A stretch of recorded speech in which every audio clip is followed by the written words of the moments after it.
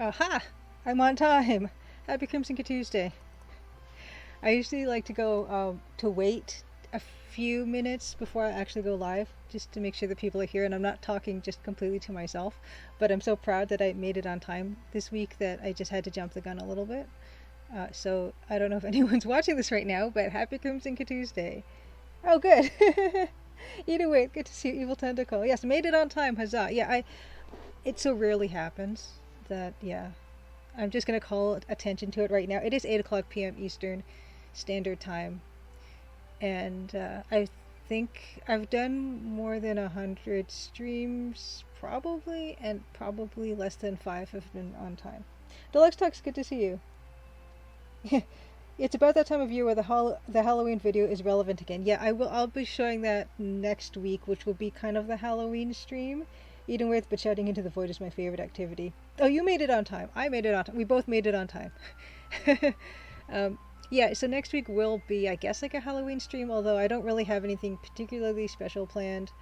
I pulled some really cute, spooky children's books that I have in my collection for next week, in case anyone does redeem show a book. So I have that planned, and I have a plan for a really low effort costume idea that I got to see if it works properly. But if it works properly, that's probably what I'm going to do. Last year, I kind of dressed up as Leia in, is it Empire, when she's got the white dress on and she gets interrogated by Darth Vader in the Death Star. And I kind of came up with that exactly the same day I was going to stream, so I don't really put a lot of time and effort into thinking about these things. Greetings, Bilkun. Good to see you. Yeah, Eden with, you're on time whenever you start. Oh no! Internal battery about 10%. Oh my goodness, Deluxe Talks. Uh, I guess it's, I don't know. The batteries are weird because when they get cold, they seem to die really quickly, and if they're warm, they seem to die really quickly. I guess there's just a narrow band of optimal performance for batteries, but for us too. Excited to be here. Good. I'm glad you're excited. I'm excited. Ambersine, good to see you as well.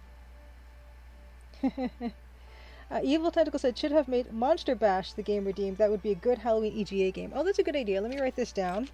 So this is not the Halloween stream. Next week will be the Halloween stream, where I will kind of dress up in something and maybe have a Halloween game to play. Monster Bash.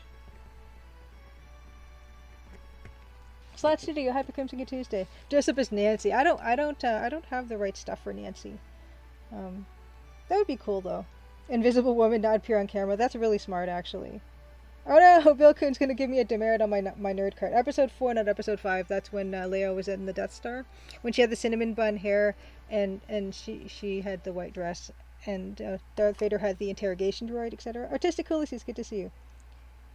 What is the relation between Monster Bash and Monster Mash? I don't know. I was actually looking up Halloween Harry because that was a shareware game I remember enjoying, but it is not EGA, so we can't go there. Yeah, so next week, Halloween stream. Not only that, I have a few guests, a couple guests, that are kind of going to be scheduled to come on in the next few weeks. Tonight is our most special guest of all, of course. It'll be Dan, who will be doing more music with us, starting around 9:30. But next week for the Halloween stream, I mean, this is not thematically anything, but Ilya Swartz, who is the guy who's been making Strange Dungeon that I worked on, and I went to college with him and all that, he will be our guest on stream. We're actually going to be streaming from his channel that he just kind of put together today, like literally today.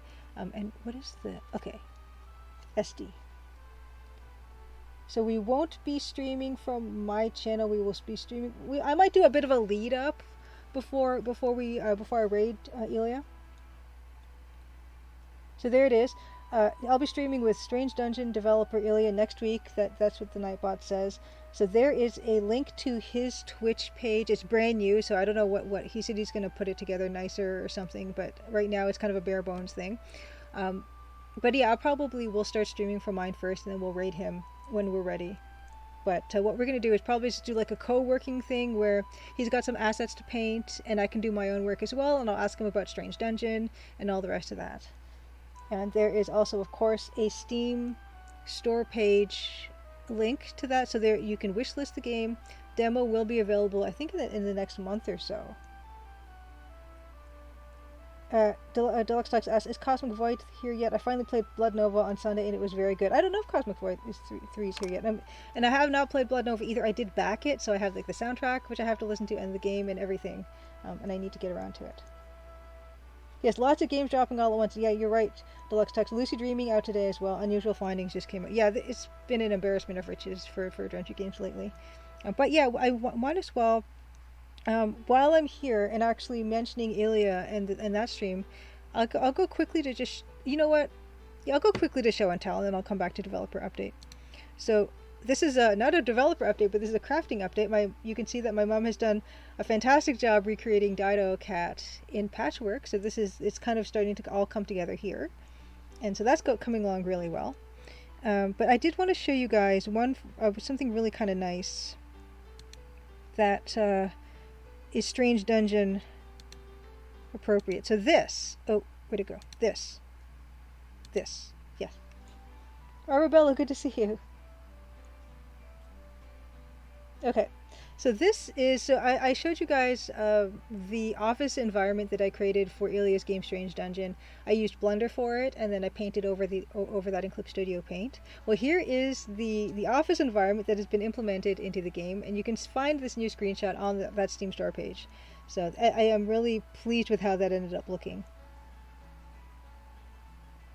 Yeah, Eden Waite. Yeah, my mom is quick with patchwork data. My mom is a professional. She's been quilting for decades, so really lucky. Yes, Beta Human. It's that game I was working on. Yeah, so Ilia, he's got a really small team with him. He's got another programmer and then another programmer I think with him working on it. And then occasionally I pitch in and I did some assets, and I sometimes will do like Twitter stuff with them too. Oh, thanks. I'm glad you guys like it. Yeah, so this is what it's looking like so far, but we'll have him on and we can talk about all that next week. And then the week after that will be a Dan week. And speaking of Sled Studio, I'm glad you're here because, yeah, in a couple weeks' time, we're going to have Carl on. Carl Duperret-Richer, who is at the special Carl. And we're going to show some of his work, and I'm going to talk to him about his arc of being an illustrator, an agency illustrator, and kind of segueing into game art and things like that. And so that'll be in a few weeks, so we'll have to wait and see. But I do want to have a good conversation with him and show some of his work and all that. Go Mansama, good to see you. Beta Human, the game with a circular room so the devil can't get you in the corner, as my grandma would say. Yes, exactly. So I love the circular rooms that Ilia designed, and we had this template for these hollow spheres to do everything in. But yeah. So I cannot wait to talk shop with Carl. So yeah, if you guys want to follow Carl, he's at on Twitter, The Special Carl, no spaces or anything. Of course, he is the artist on Betrayed Alliance 2 with Sled Studio here in chat, and he's also working on Amazing Fix, which was released I think last year on Steam. So this will be fun because we haven't had guests on stream for quite a while, and we have 2 really good guests lined up, so I'm looking forward to that. It's been more than a year I think since we've had one. There's only been 3 guests on the stream so far. First one was it Anna was the first one, and then Francisco, and then Jim, who are all kind of like game adjacent folk. So it's nice to have guests back on again and talk shop, because that's a lot of fun to do. Deluxe Tuck says there's those freaky AI programs that can generate digital and oil painting style art canvases these days, but to my knowledge pixel art is not automated yet. I'm sure it's only a matter of time, but Simon K1176, how is everyone? How am I? Yeah, Simon, I'm doing well. Yeah, and that actually segues perfectly into developer update. I'm still working on chapter 5. This one cutscene. So this last cutscene I have to get through to finish the chapter completely. And so so I told you there's a number of the cutscene that's got a number of close-up scenes. So I finished one of the close-up scenes and implemented it into the game. There are still, there's 1, 2, 3, there might be 3 more kind of scenes that I have to get through before that cutscene is finished. But I'm really pleased with how the first one turned out, and I just started working on the second one last night. And they do take a bit more time, and there's a few animated elements that have to get done and stuff like that. But I enjoy doing it a lot, And we'll get done eventually. Grindislav, evening all. Happy Crimson Tuesday. Happy Crimson Tuesday to you as well, Grindislav. I was looking at my Nightbot and looking at my old shortcuts and things, and I actually realized I have a Wild West Wednesdays with the Francisco Gonzalez shortcut. WW exclamation point WW. Grindislav, of course, is Francisco Gonzalez. He is the developer behind Lamplight City. Ooh, Davor, thank you so much for the resub. Fantastic. Yeah, so he's the developer behind Lamplight City, currently working on Rosewater, and he hosts Wild West Wednesdays, which is his game dev stream on Wednesdays at 1 p.m. Eastern. Are you streaming tonight, Grindislav? I mean tonight. Are you streaming tomorrow? And if so, what are you streaming? D Reaper 90. Will Crimson Diamond work in DOS? Unfortunately, it won't be DOS compatible. It is compatible, I think Windows XP is the earliest version of Windows that it's going to be compatible on. And that's a matter of, the engine I'm working with is Adventure Game Studio, and it just doesn't go back that far, I don't think. DOS would be really cool, though. Yes, happy Crimson Tuesday clan, Davor said. Yeah. It actually showed the reset the day you did it. Oh, wow. This minute, happy Crimson Tuesday. Yes, Adventure Game Studio, that's right, Simon. And Arabella asks, what game are you playing later today? So today's actually, it's not an art stream. I only really do the Let's Plays on art stream nights because Dan will be taking over at 9:30 tonight. I usually start my Let's Play at around 10:30 during art streams. We started playing Cruise for a Corpse by Delphine Software International, the EGA version, and I kind of just wandered around the ship for a little bit and looked at stuff, and it's gorgeous. It's completely stunning, and it's almost got a verb coin kind of interface. The vector style sprites are also kind of amazing too. I'm kind of blown away. It's a game I'd heard of many years ago, just in passing on a Let's Play from somebody else who never ended up really Let's Playing it, and so I'm really pleased to think I'm getting to play it, and the fact that it's EGA, of course, is like icing on the cake for me. Okay. Grindislav is not going to be doing any Wild West Wednesday until December, probably. Back to recording voiceovers. Gotcha.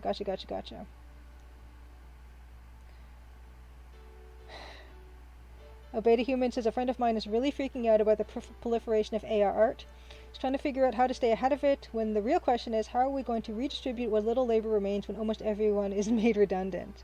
I guess we're looking at potentially a post-labor future.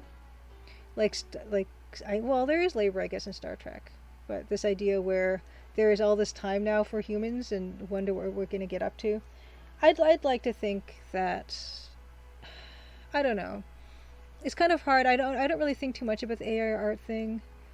I'm sure it's going to only get better, but hopefully people will want something with a human touch art-wise. I don't know. I'd like to think so.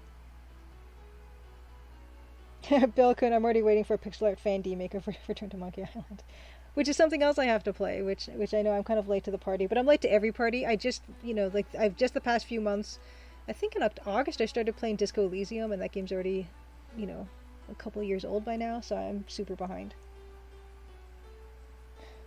Jim plays games. I wonder if I will have enough insomnia to catch Dan's portion of the stream this time. That's actually, I'm glad that you mentioned that Jim plays games, because I kind of forgot. I was in a conversation on Twitter today with Kinney Games, a fellow developer, fellow Adventure Game Studio developer, fellow EGA Adventure Game text parser developer, who is in a different time zone. And I was kind of thinking about doing, just maybe not regularly, but just maybe once in a while doing a special stream at a different time that's more amenable to other people in other time zones.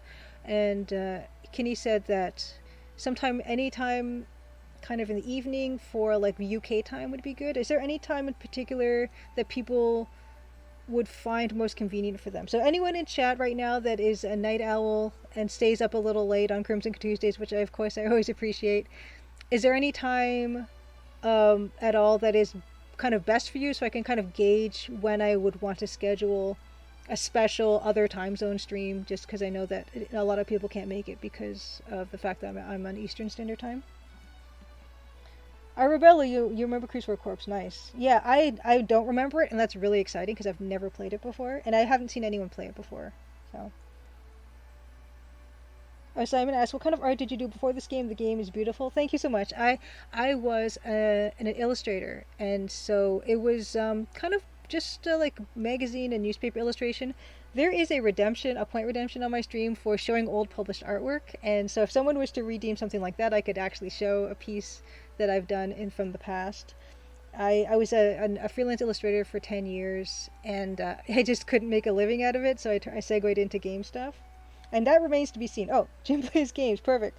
Jim Plays Games redeemed show old published artwork. Okay, I will get to it. I'm just going to quickly just catch up on chat, and then we'll get to it.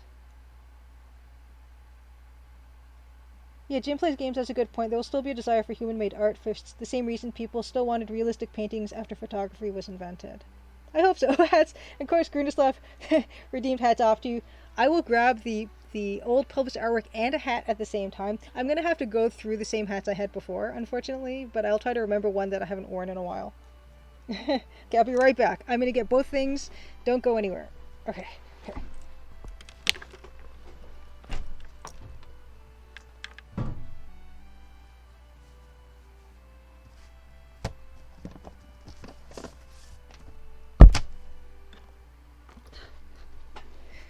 Okay, this hat again. So it's got a kind of a dent in it because I would fold it.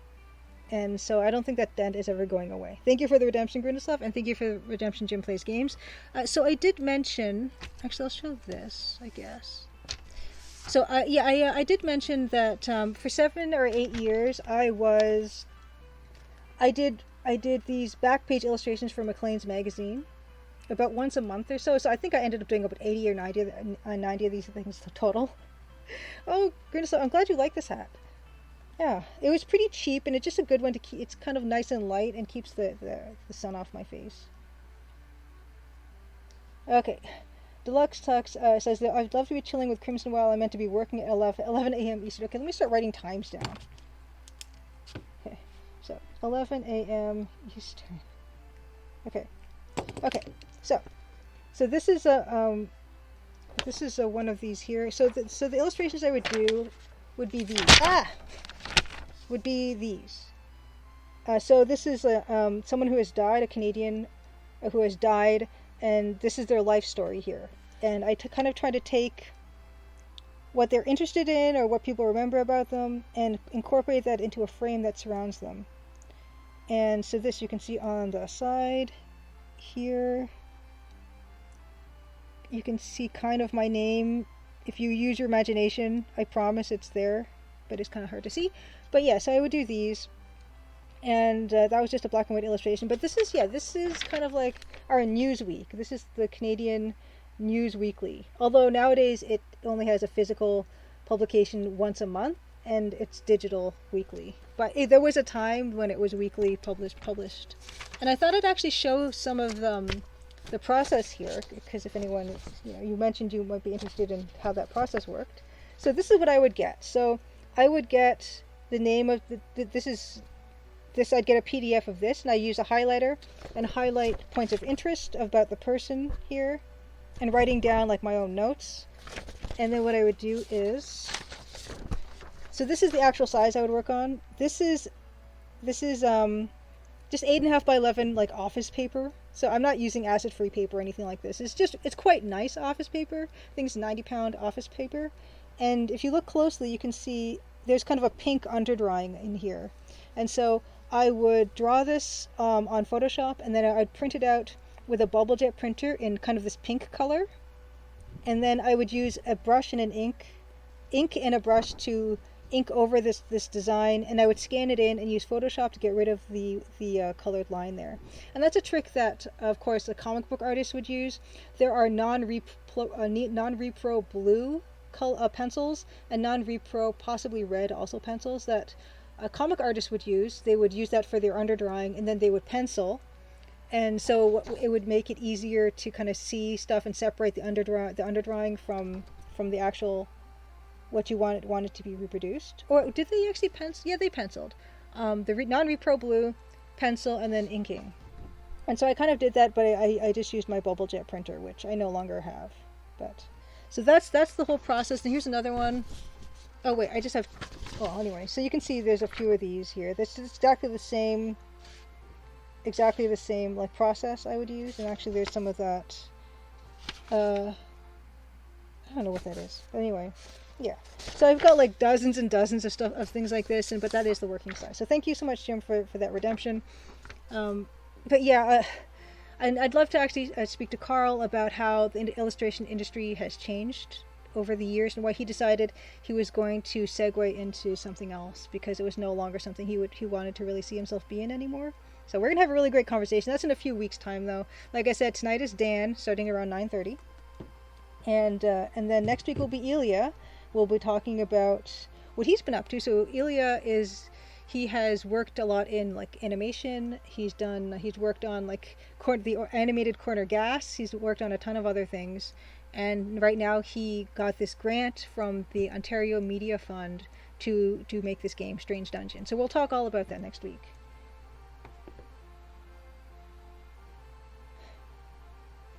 Okay, I'm just going to check if anyone else had mentioned any particular time that they... And you can mention it in whatever time zone you want. And just say whatever time zone is good for you in time, and then I can do the conversions. Okay, so... I don't have an infinite number of hats. Yes, RIP Newsweek. I used to read it when it was an actual magazine. So yeah, I did actually work for Business Week a couple of times, which was kind of cool. Yeah, just editorial illustration, magazines. It's been tough for many years, and it doesn't seem to be getting any better. So, as a bucket. I'm glad you guys like the line work. Yeah, I tend to work super clean, although I would do some cleanup if I had to. Oh wow, Deluxe Duck says, I had an advanced placement government class in high school. It was intense. Weekly homework was to watch the Sunday shows like Face the Nation or Meet the Press, and every Tuesday there would be a quiz on it. Wow. Yeah, so the news weeklies were great. They're a great way to get like regular work, and that was my most regular client. My absolute best client in those 10 years was Maclean's, bar none. It was really good. But yeah, so that is that. I'm just trying to see what else I have to show. Okay. Show and tell. Go back to show and tell. What else have I got to show? So I showed Strange Dungeon. Oh yeah, and so I guess I'll show the rest of the Strange Dungeon stuff as well. Oops. Right. Yeah, and here, I think I've showed this before. These are some different screenshots and animated GIFs for Strange Dungeon. So anyway, we'll show that stuff and talk to Ilya about that stuff next week. Wishlisted on Steam. It is a turn-based roguelike exploration game that is non-violent. So you have to, instead of fighting creatures, you have to learn about them and you try to make friends with them. And it also has a ship. So the ship piece here is there's a day-to-day element of crew management and things like that. So it's a really beautiful game. Ilya's always kind of had a really nice style. Even when we went to college together for illustration, he's had a very similar style throughout, and it's really appealing to look at, and it really sets itself apart from other things. Yeah, Jim plays games. Ilya comes up with a lot of game concepts. He actually he has pitched quite a lot of things for grants and everything, and he was really fortunate to get one this time. And he actually has been able to hire some other programmers and stuff to work on it. So it's been like there's an art to writing these grant applications, and so he's done it a few times, and he's getting the strategies of how to do that.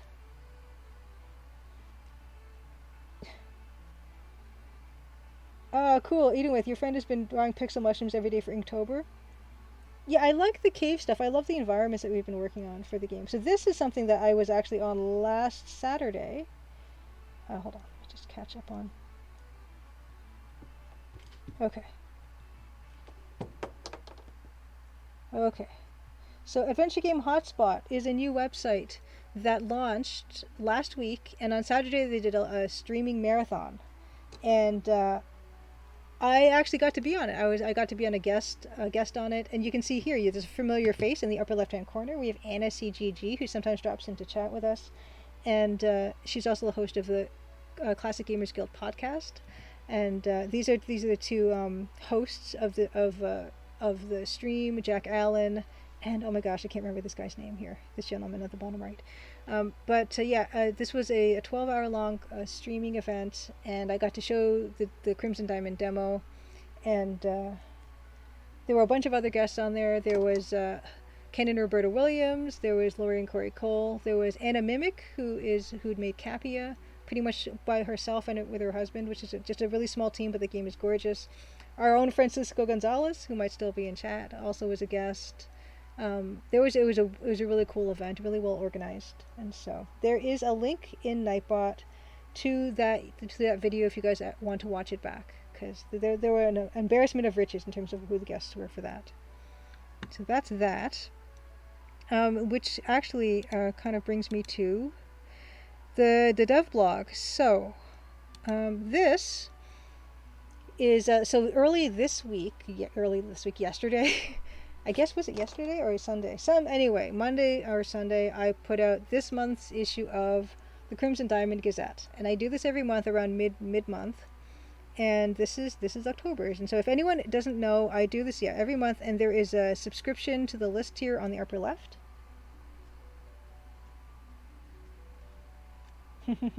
Capia. I have not played Capia, but it is I haven't played pretty much anything except for EGA games. But yeah, if you do want to subscribe to the list, please do. There it is in the top left here when you click on the dev blog, or this is even on the main page as well. And so yeah, what I do is, so I sometimes have photos, and I mention the stuff that Crimson Diamond and I have been on, which is of course this thing I just mentioned, the Adventure Game Hotspot, which talks about who else was on there. Of course, yeah, Ron Gilbert was there, and Dave Gilbert as well.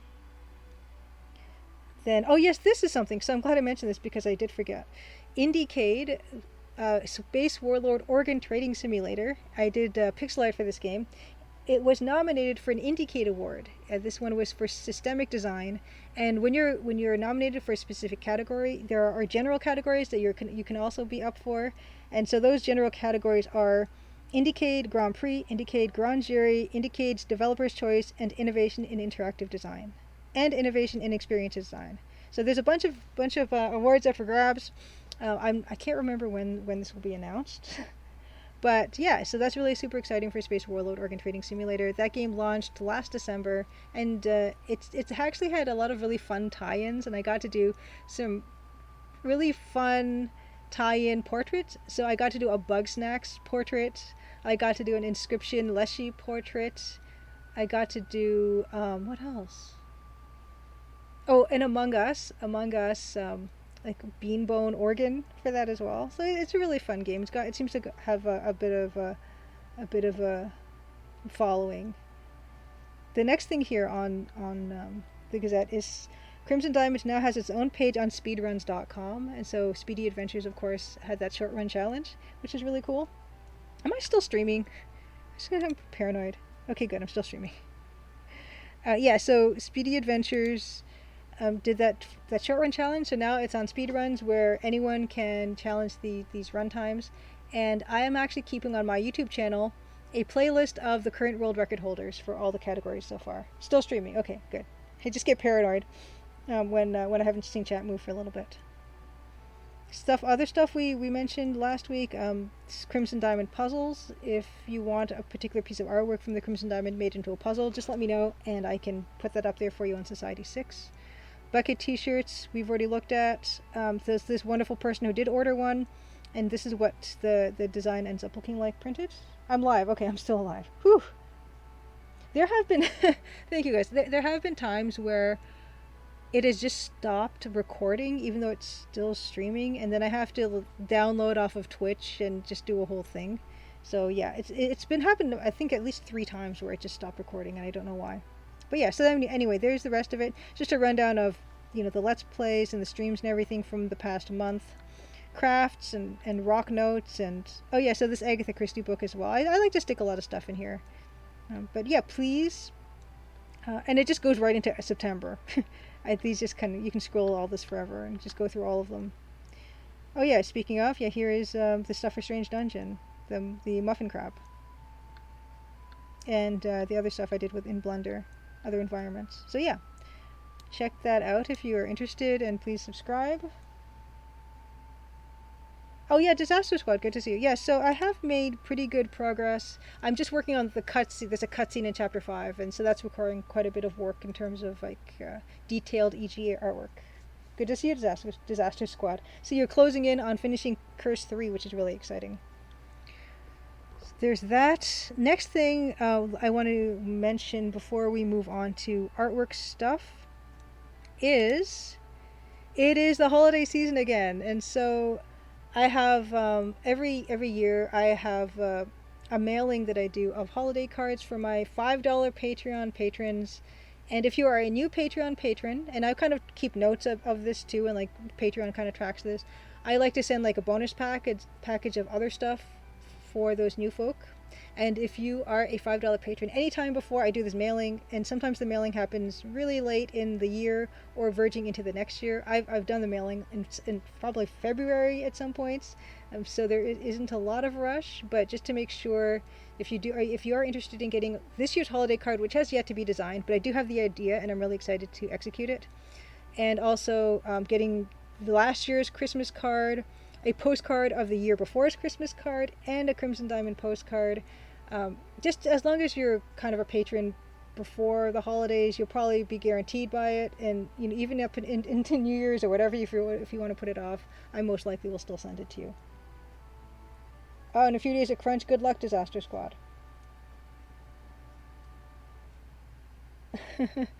So that's that. And actually, I want to show because I did bring them down here with me to show you guys. So this is kind of some of the stuff is no longer available, and so some of the stuff was part of the bonus package last year.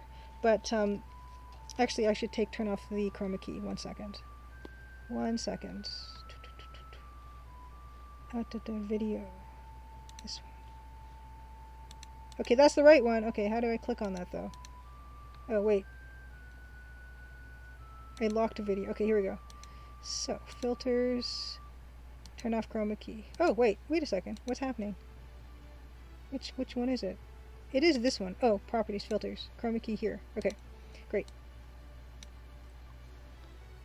Oh, Jim Plays Games. Yeah, Jim Plays Games. There's a few people in chat who have received these cards. So thank you so much for all your support, you guys.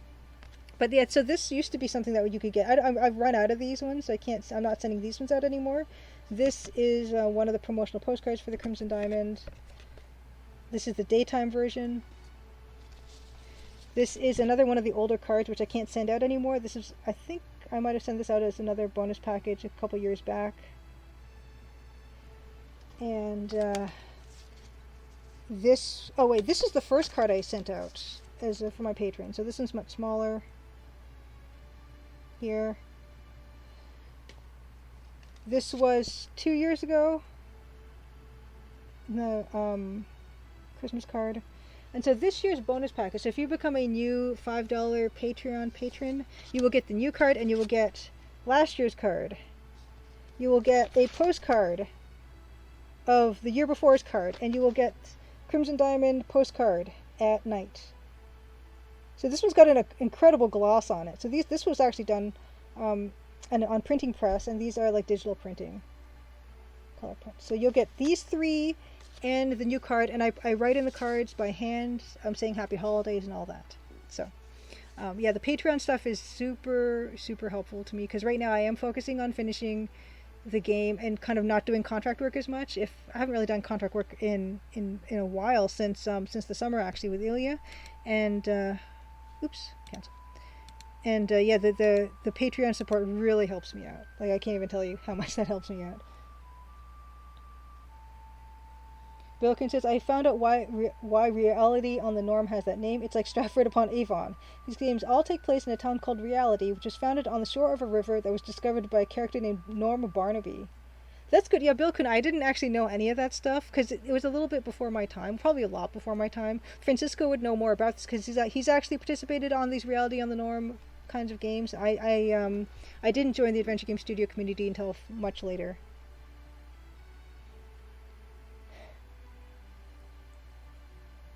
Yes, Pascal. Yeah, that's another thing. Pascal Brosov. Yeah, I sometimes do giveaways as well. So I probably will do that also in the holiday season. I will probably just give some of those bonus packs away. We'll do a draw, stuff like that.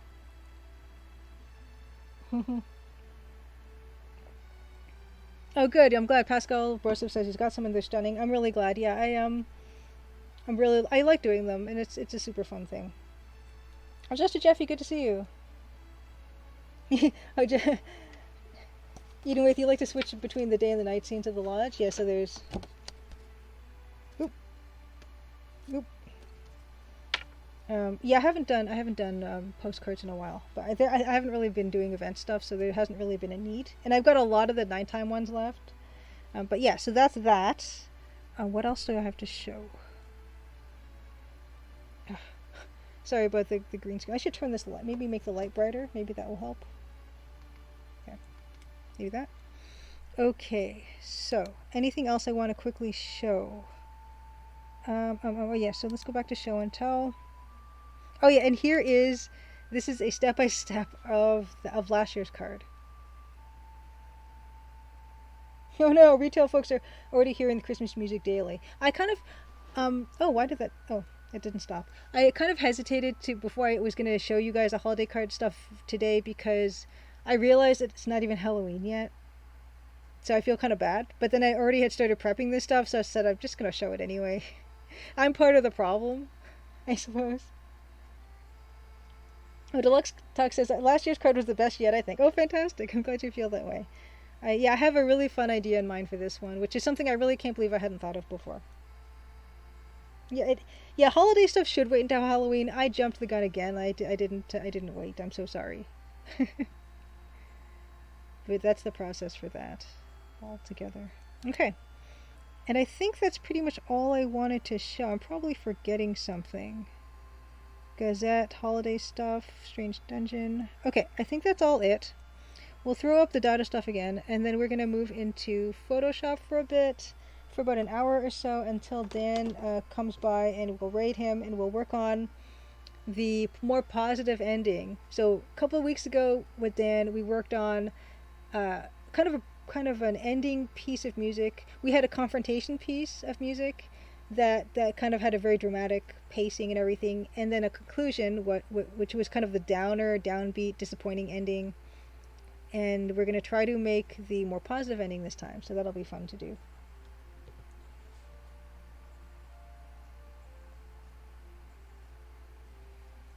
Okay, so I'm going to move on to the Photoshop. Okay, hold on. You're not seeing Photoshop yet. You're not seeing it yet. You should see it now. Okay. Bilkin says, tonight's vintage computer project is stalled. Oh no, starting 2 days ago. Something is making the floppy drive on my DTK Pier 2030 386SX not read properly. Think it must be something wrong with the controller card. I don't know yet how to proceed. Ah, good luck, Bilkin.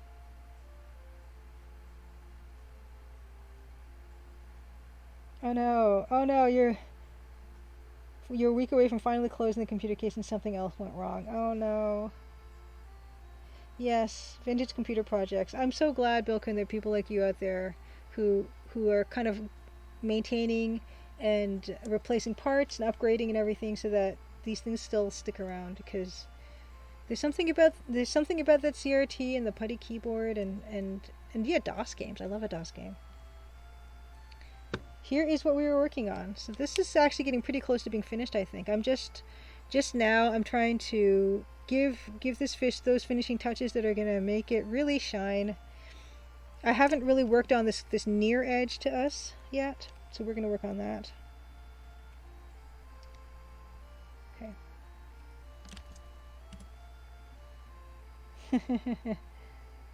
Until NVIDIA 3080s are considered vintage. I suppose everything will be at some point. But yeah, I haven't really worked on this closer in edge, so I should probably work on that. I'm not too sure how I'm going to treat that though, but it'll probably just be more scales.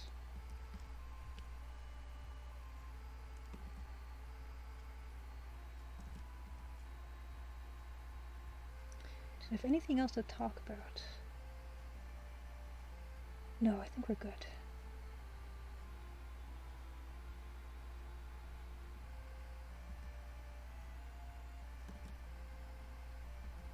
Should probably just completely redo these little scale things, clean it up.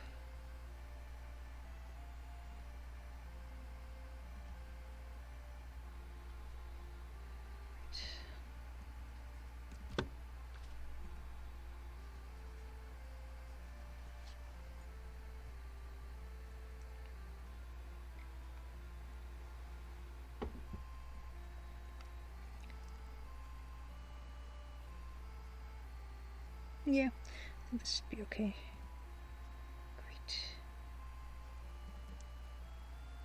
Great. Deluxe Tux. Yeah, I remember when I heard someone call Wii/Xbox 360 retro consoles, and I immediately needed dentures and a walking cane. Something that I've been doing recently is just doing a double take when I realized that 2012 was 10 years ago. That doesn't seem right at all. Seems very wrong. We was 2006. Ooh. It's okay. It's okay.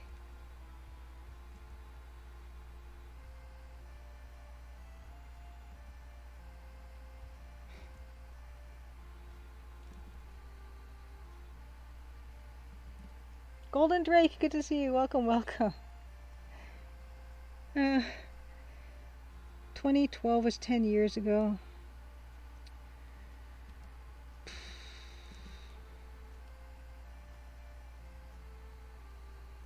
And it's mid-October. And somehow I thought I could be finished chapter 5 at the beginning of October. That's not happening. Wow, Disaster Squad. Cursed 1 was in 2009. 2009.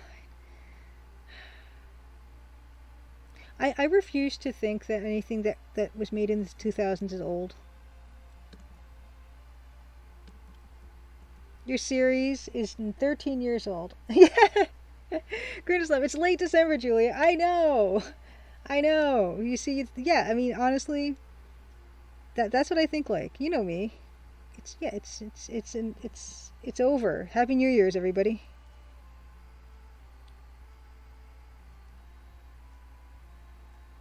This is why I'm talking about the holiday card when Halloween hasn't even happened yet, because I live in the future.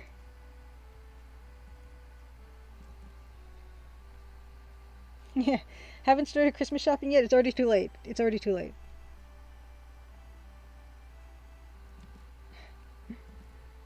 Uh,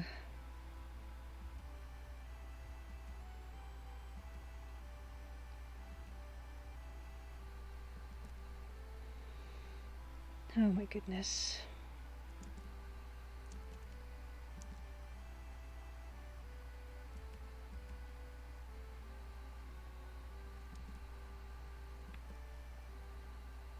Oh, Beta Human with one of those. We're now further away from Nirvana's debut than grunge was from Beatlemania. I see those on Twitter all the time when people talk about um, how we thought of the Beatles growing up is how people think of like Backstreet Boys now.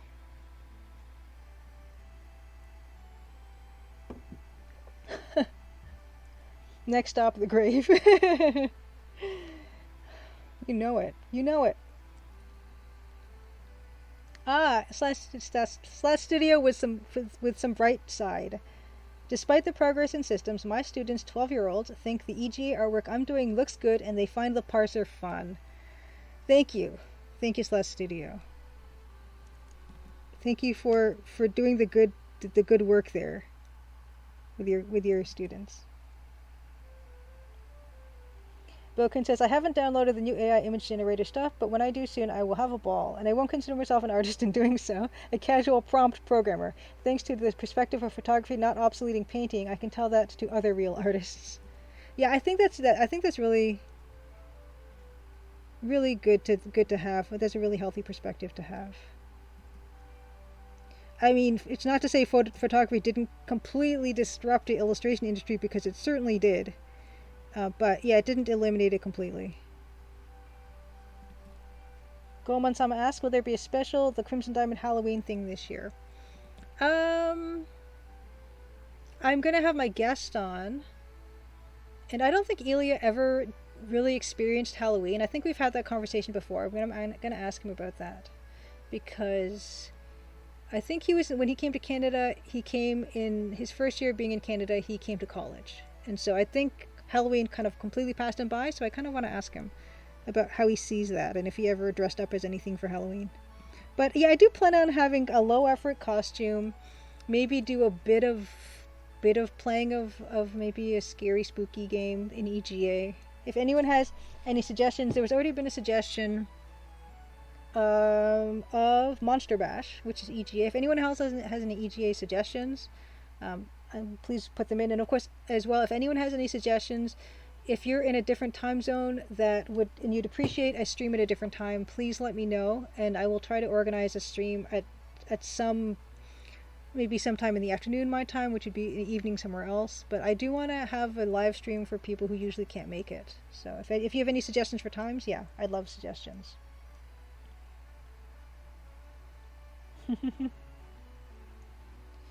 Bill Kuhn, yes, living the good life. Good thing I never cared about Nirvana or grunge, and I bought my first 8-track tape player last month. It can even record, not just play.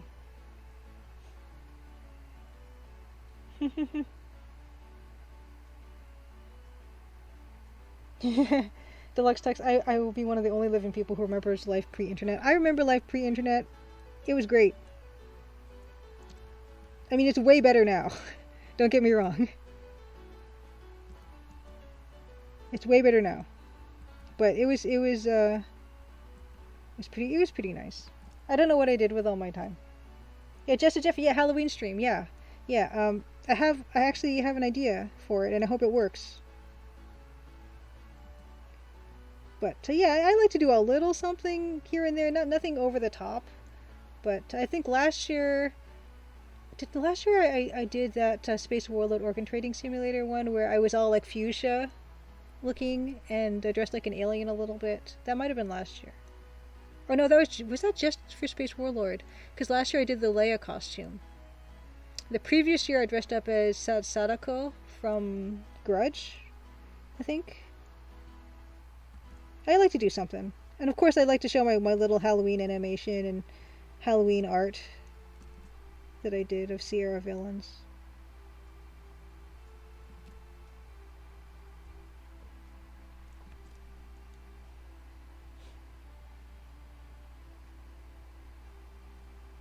Conquest of Camelot, Davor said. Yeah, I played that a couple of years ago actually on my own, so I don't think I'll be playing Conquest of Camelot, but I really like it. I really like that game. Oh no, you get busy on Wednesdays when Grundy's sleep. Well, Grundy's not going to be streaming today. I mean tomorrow. So no fear until he said about December.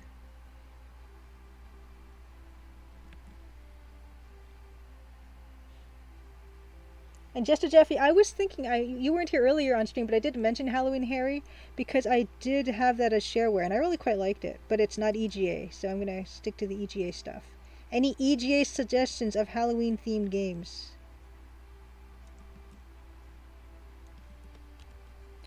I'm totally up for it. Why is this not working anymore? What's going on?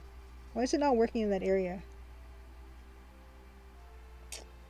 Is it here? What's going on? I don't have anything selected.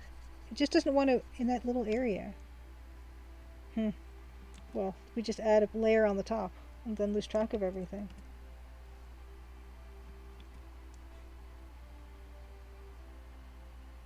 You, Pascal, you liked it better before the internet? I don't remember it, but it was probably a lot of free time. Yes, old me yells at Cloud video, yeah. And so yeah, seeing more people in person, Arabella, is a benefit. Oh wow, Deluxe Tech used a card catalog and microfiche recently. I still like stuff like that. When the internet was niche. Ah, Halloween. I never played Maniac Mansion, Davor said. Pretty Halloween appropriate. Hugo's House of Horrors, of course. Okay, I have played those recently, and they are kind of spooky, but I will write them down. So let's see here. So there is Hugo's, of course. And I did that Let's Play with Skippy Granola with the Hugo's House of Horrors. But I'm really fond of that game, so anyone asks me if I want to, and I kind of am very tempted. And Maniac Mansion, EGA. People are pretty familiar with those games, but yeah, I mean, I'll definitely keep them in mind. Simon, I have not played Full Throttle. No Halloween suggestions? Okay, Green Fandango. Yes, Disaster Squad. I did a full playthrough of Last Half of Darkness Part 1. So I mean, I could get Last Half of Darkness, the second half of Last Half of Darkness, or something. That's definitely a possibility. Let me write this down too. Last Half Part 2. I very much enjoyed that. Last Half Part 2.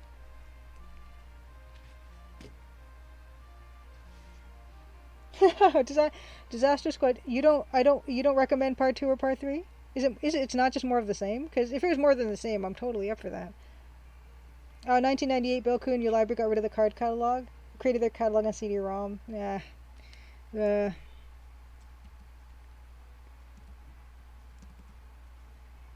but I miss that stuff. I miss microfiche or microfilm. I don't even know if I ever really used it, but it just makes you feel like you're in a movie doing research. Bubble Ghost is EJ Bubble Ghost. Maybe I'll do a bunch of like little games just to get a taste of them. So yeah, they don't have to be adventure games in particular. They can be EGA scary platformers, arcade games. The fourth, sixth of darkness. Oh, a maze? Oh no, that you needed to print. Disaster Squad says the last half of Darkness Part 2 and 3 has a maze, a weird blackjack table, way more random deaths. Okay, that's just not. You're not. Yeah, you're doing. If you want to discourage me, Disaster Squad, from playing last half of Darkness Part 2 and 3, you're doing a really good job. Because that, yeah, I don't particularly care for any of that. Those things, mazes and random death.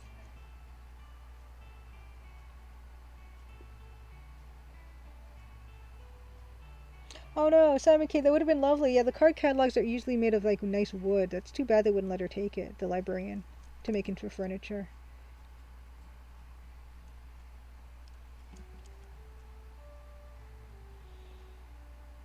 Oh, yeah, librarians are really cool.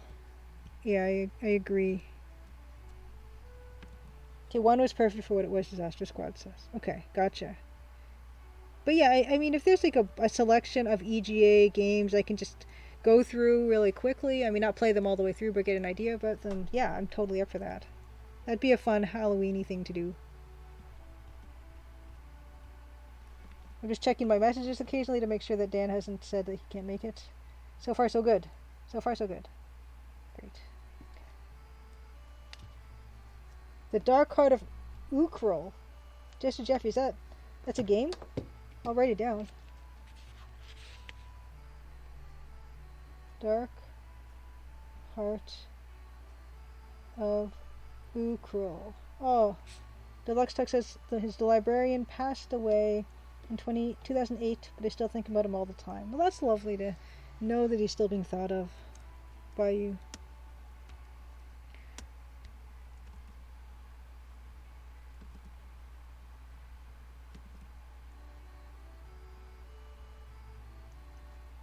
Yeah, librarians are really cool.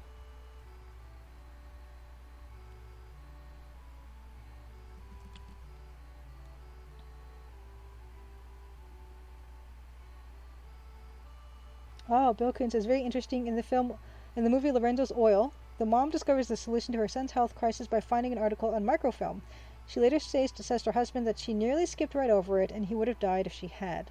Modern internet and computer newspaper searching would have prevented that entirely. There's always something lost and something gained. Like there's nothing without its drawbacks. So that's looking. Yeah. Great. And I think I'm going to do some, so the fish head doesn't really have the same kind of scales, but I'm going to just do some hand dithering on these edges to make them look not as sharp. I've never heard of Bubble Ghost. Beta Human, you're familiar? Huh. Beta Human, nostalgic for previous eras of the internet. Yeah, I made my website for the Crimson Diamond specifically to look like an older website. Something super basic. Because I do like that look too. Oh yeah, the Scholastic Microzine games. Yeah, Simon, I believe someone else was recommending those before. Let's hold back. Scholastic Microzine. It's so exciting to know that there's so many games I've never heard of that I can still kind of find on the internet and get to enjoy now.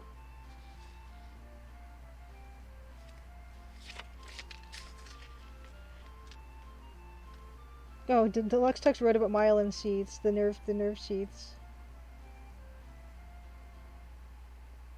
Long chain fatty acids. Yes, library curates internet full of crap. Yeah, brain, not breen. It's not even bream. Is breen a word? Because bream is brain is. What a strange if it was an autocorrect or typo. So let's soften up some of these edges, I think. Actually, I don't like the way that's looking. There we go.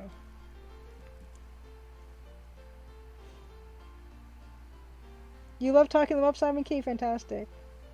Breen. Breen, B-R-E-A-N, Breen. Is that really a word? Disaster Squad, I'm glad you like the copper eyeshadow. So this is, I actually think I actually talked about this eyeshadow on stream. It is Pat McGrath's Celestial Mothership palette, and they just came out with a new one this year. You can get it at Sephora for those who are interested. I don't have the new palette. I probably won't get the new palette because it's got some blues and things that I don't think would really work for me. But I have last couple years ago's Celestial Mothership palette, and it was the most money I'd ever spent on eyeshadow, but it's the best eyeshadow I've ever had. And I pretty much exclusively use only it now, so I think it was money well spent.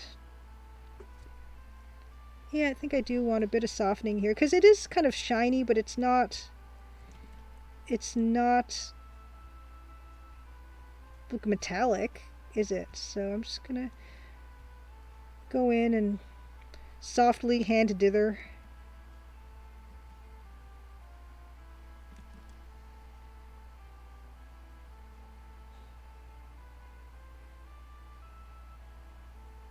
It's a cromulent word.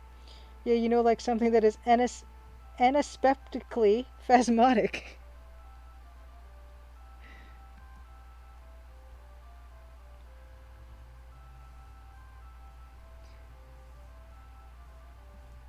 Sometimes I will lose a word and I regain it days later.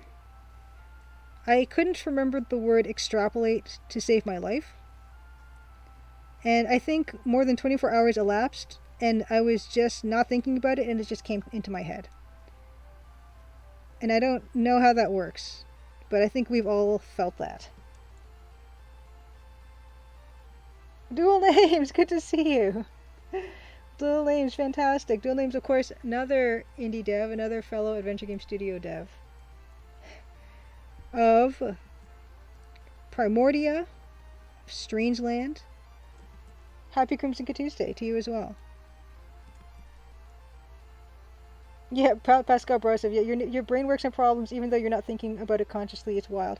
And I looked, I did all the tricks. I Googled, words and synonyms for taking information and then forecasting or predicting into the future. And it wouldn't come to me. And it's funny because I knew the sounds of the word that I wanted, but I couldn't do it. I couldn't get there. And when I did realize what the word was, extrapolate, I thought of the word that I was thinking of, and I'm like, yeah, it totally kind of sounds like the same kind of word, but with a completely different meaning. And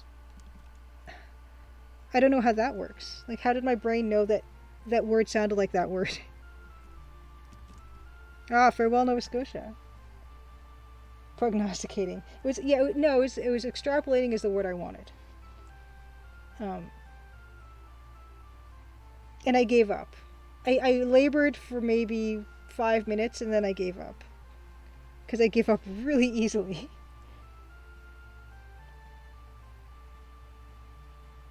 Yeah, there's a word for the tip of the tongue phenomenon, but I ironically can't bring it to mind right now. Thank you very much, Beta Human. Jim Matt, good to see you. Welcome back. Farewell to Nova Scotia is a great song. It is my favorite song in the full 6 hours of this playlist. It is the best. It is the best.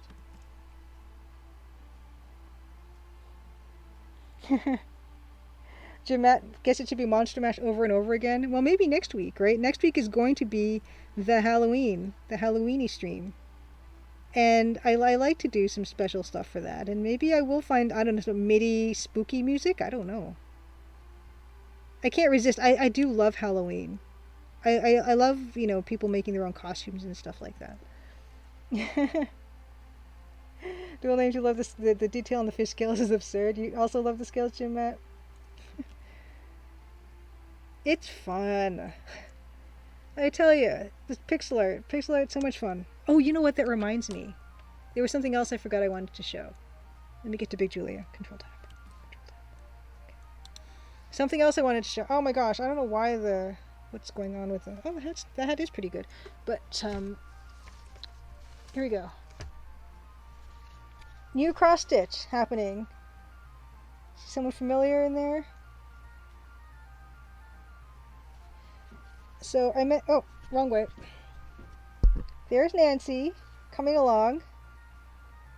So this is the parlor. And so what I'm gonna have is I'm gonna have the parlor. It's in the demo where you've got Nessa sitting here eating Jordan almonds. Corvus is sitting in the armchair, and I've just got Nancy just standing facing the viewer. Reminds you of an old postage stamp art or something, Jim Matt says. Yeah, wouldn't it be nice? Crimson Diamond stamps. You can actually do that. I remember something about that. We can get custom art on stamps. You like cheesy Halloween but never loved actual scary stuff, Deluxe Text? Yeah, I'm not. I like pretty tame scary. Yeah. Moving back to Photoshop. Control tab. Control Alt. Okay.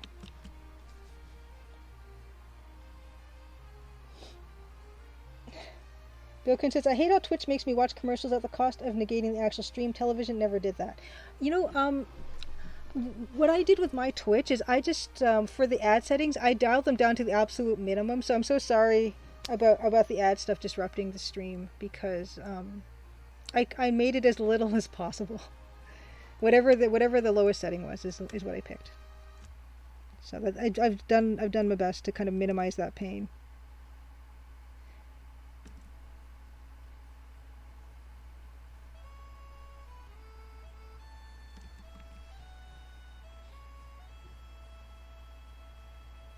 Oh, there's a Firefox extension that mitigates Twitch ads, Deluxe Tech says. Oh, Jim plays games. Smart. I've started scheduling my 5-minute breaks for when the ads are coming up to minimize impact. George Versar. Ads are fine, you gotta get paid, crank them up, huh? Oh my goodness. George Broussard. You know what? Yeah, I mentioned we were playing, we played a bit of Biomenace the other night. And it was amazing. So George Broussard, if anyone doesn't know, George Broussard, legendary game producer, game developer, worked for Apogee. Says Jim Norwood did most of Biomenace. Just a Jeffy! Thank you so much for gifting the sub. Yeah, and ads won't make much money for the creator unless the view numbers are very high. That's every little bit counts. Every little bit counts. Yeah, hold on. I'm going to go back to Big Julia for 1 second, just because I want to show. I do have a little bit of a Biomenace. Biomenace, where'd it go? Yes, so I did put this little thing together here. So there is a point redemption for me to play 10 minutes of Biomenace. And Biomenace is now free on GOG, so anyone can enjoy it. I'm having a blast with it so far. I think I could make it past that first level. I hear it's very difficult. But here it is in all its glory. It is from 1993 by Apogee. The music is by Robert Prince, who also did the music for Wolfenstein 3D, Duke Nukem, among other things. So it's wonderful. It's wonderful. I love it. And weirdly, I never played it back in the day.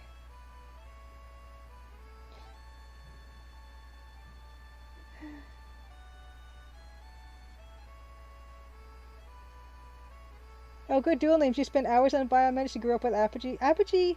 I remember playing the Commander Keen games. I never got to Biomenace, but I love the Commander Keen games. Of course, they wonderful EGA games. Um, but I'm glad I have the stream as an opportunity to play ones that I hadn't played before, which Biomenace is that. And yeah, this Helm underscore 11 or 2 Helm. Anyway, Helm on Twitter did this wonderful rendition of Snake. What is his name? Snake Logan. Snake Logan with EJ color. I love it. I love it so much. I want this on a t-shirt. Yes. Oh, yes. Also, Evil Tentacle said music. Robert Prince did the music for Doom as well. Yeah, George Broussard mentioned. Yeah, you've mentioned before that yeah, Biomenace did not get the love it deserved back in the day, but hopefully, because it's so easily available on GOG now, hopefully there's a lot of people out there enjoying it. It has stuck around. It really has. Aw, Dual Names loved it enough for the whole world. I'm kind of loving it now though myself. It does feel like an adventure game. There's like text box descriptions for things.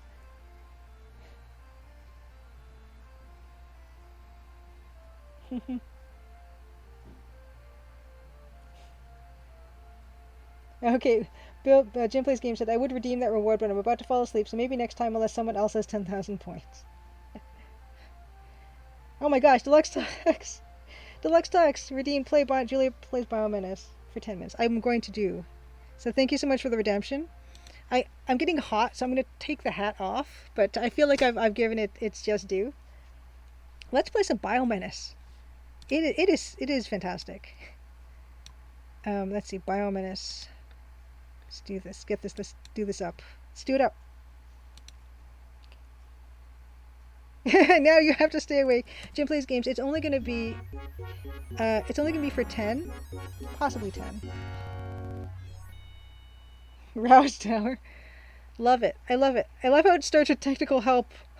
I love it. There's nothing I don't love about this. I love how the screen fades in and fades out.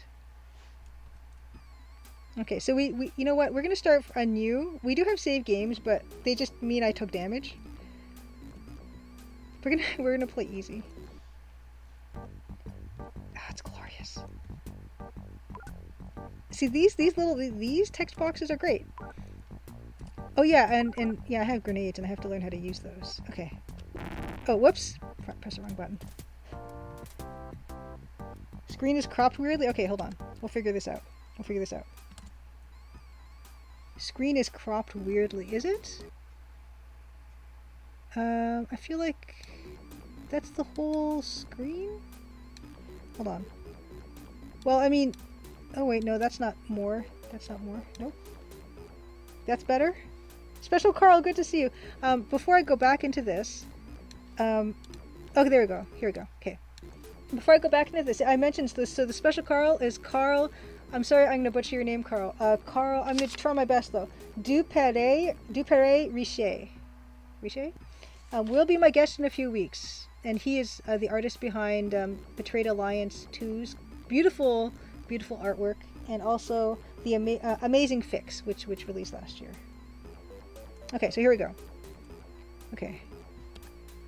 We're going to start a new game. New easy game. Yes for a new game. Completely fresh. Okay, here we go. Okay.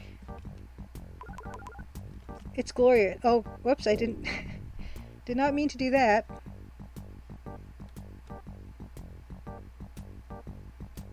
Yeah, so he doesn't... Oh no, facing the wrong way. Okay, and the Gibbs are wonderful. I got this. Yeah, so yeah, Carl, I'm gonna get... Ooh! See, I pressed the wrong button automatically. I'm not good at these. But, this is no Rise of the Dragon arcade sequence. I feel like I'll be able to do better. And here's the... I think this is the Commander Keen helmet on this skeleton. Which actually, because of the magic of EGA, it looks like it could just be blood on there, but we know it's not.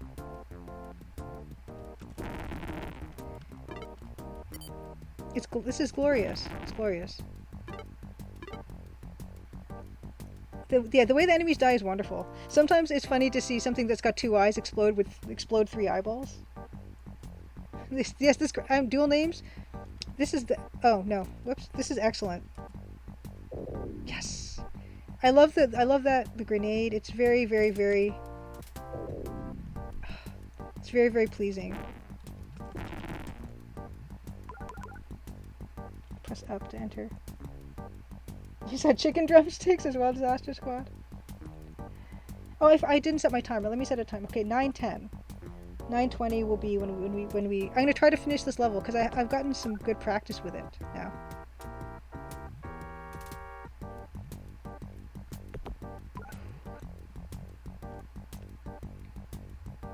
See much how better I've gotten with this. Oops, no. Oh no. I just said I was getting better at it, and I think I'm gonna die.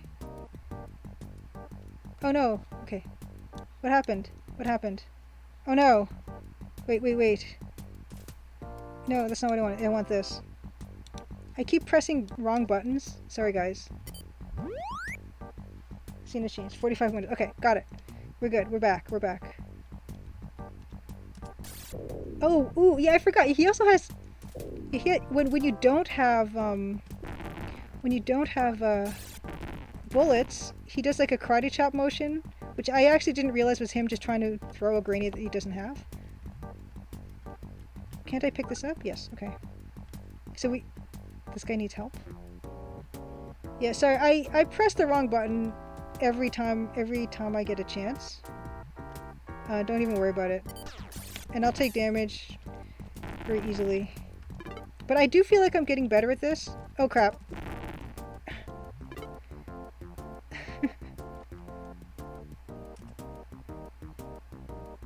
Oh, come on. Okay, I'm out of those. So yeah, you kind of do like a... I don't know if that's a karate chop, like if that will work as a thing, but...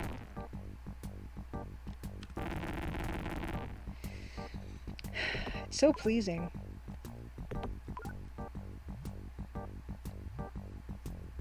And also, you get this... Oh no, return to game. You get a really nice status screen here.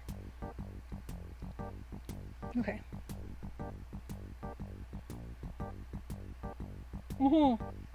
Yeah, Bilkin, I think I accidentally pressed... Because Control plus Alt will give us the Photoshop scene, and so I sometimes press those together. Because Control is jump and Alt is fire, so if I press them at the same time, I change scenes, which is very bad. Oh no!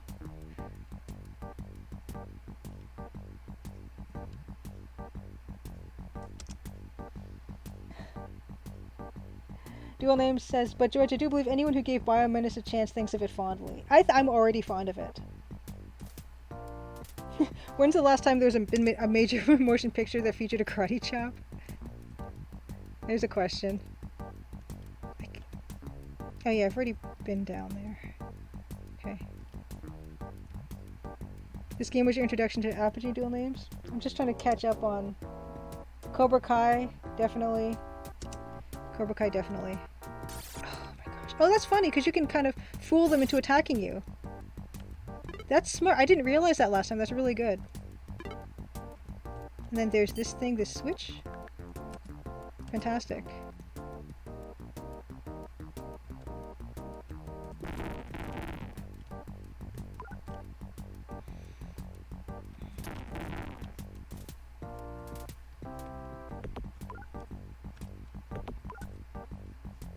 Ooh, I don't have enough keys. I do like, yeah, opening cupboards and stuff and doors. You guys know that.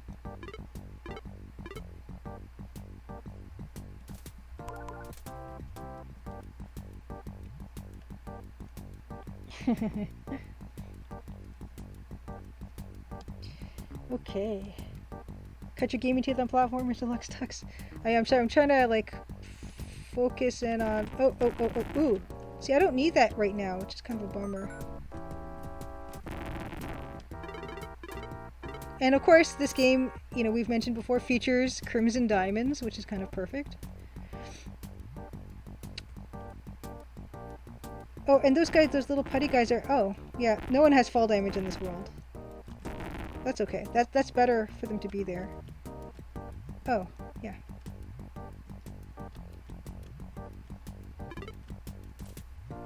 These are very pleasant sounds. See, can I fool him to jump down at me? Yes. Oh no, he just lands on me. He doesn't take damage from that though. No. It's okay. It's okay. Okay. I'm so sorry, by the way, if anyone gets frustrated watching me do this. I did not cut my teeth on platformers. I don't think I've ever cut my teeth on anything. Oh no. Oh no. Wrong button. It's only 2 buttons. I know this. Okay.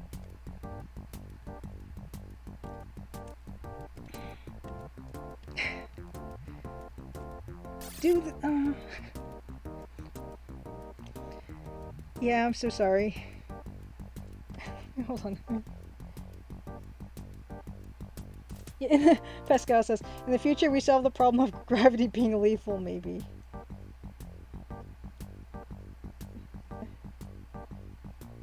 Yeah, Deluxe Tux, that is true. As anyone in history ever said, oh, this game has fall damage, this makes the game more fun. George Broussard says, I'm used to pointing and clicking. Yes! This... and also I am playing on a keyboard, which is, it is my own fault.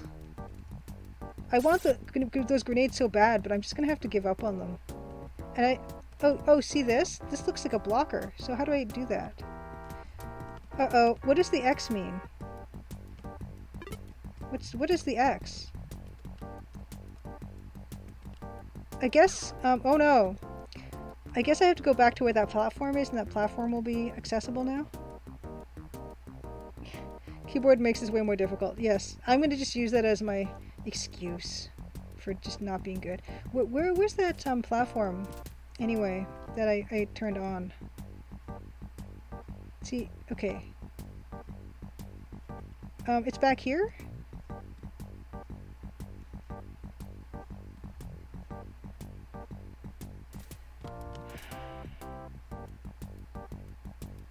Did I miss? Oh yeah, the platform is here. It just has to come down. Okay. And I just missed it. Oh yeah, okay, and I missed a door apparently. Yes, Gravis Gamepad, Pascal. I believe that was mentioned the other day. Oh my gosh, I want that so badly. Oh no, I got so excited when I saw the medkit that I fell down.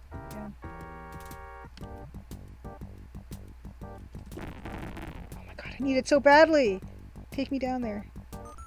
Yes. Okay.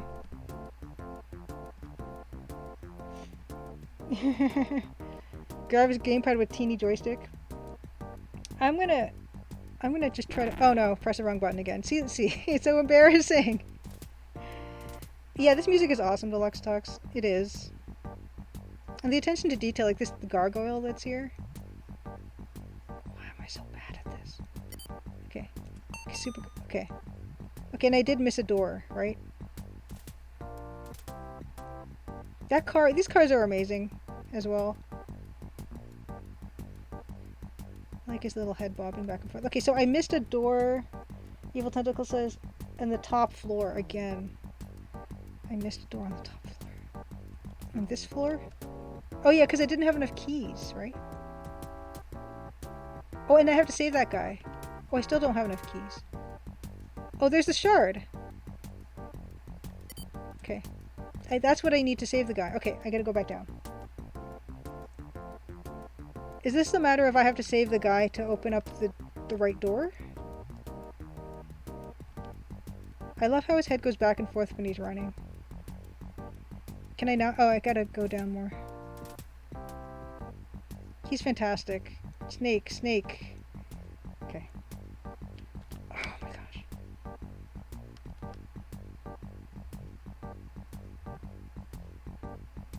Okay, save guy. Okay. Okay, so I'm gonna finish this level, I think. I think I can do that. And then we'll be done. We'll be ready to raid Dan. Is Snake Logan a pigeon? Snake Logan might be related to a pigeon. Pascal Bros, if you've never played this game, oh my gosh. Pascal, you can play this game, like, right now. It's on GOG for free. Yes, in Slash Studio, this was made by Apogee. And this was made, but with the Commander Keen engine. Commander Keen 4 engine. Sometimes I had to just press the fire button because I forget which one it is. So that's what that is. Oh. What's going on? What am I missing? Is this... Oh. Is this it? Is this it? I'm so excited. Okay, is this it? No, wait.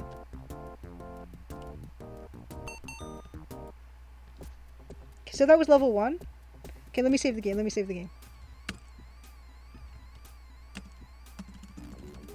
Is this level 2, or am I just being really optimistic right now? Level 2, fantastic. So perfect timing. Perfect timing. George Percent, for the love of God, save. Yeah, tell me about it. I didn't realize when I started this game that you'd only could save by levels. You couldn't save like within the level. So yeah, I'm so glad I got that done. Woo! Okay, so we're going to quit. I'm just going to catch up on stream. Oh, I'm glad, Dual Names, I'm glad you're saying this is a great trip into the past.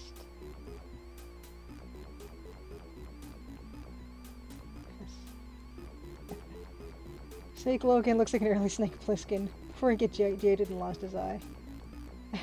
A GG bucket emote. Ah, GG buckets. Okay, perfect. So perfect quitting. I can't even quit properly. Okay, quitting. Fantastic. Really, really, really happy with that.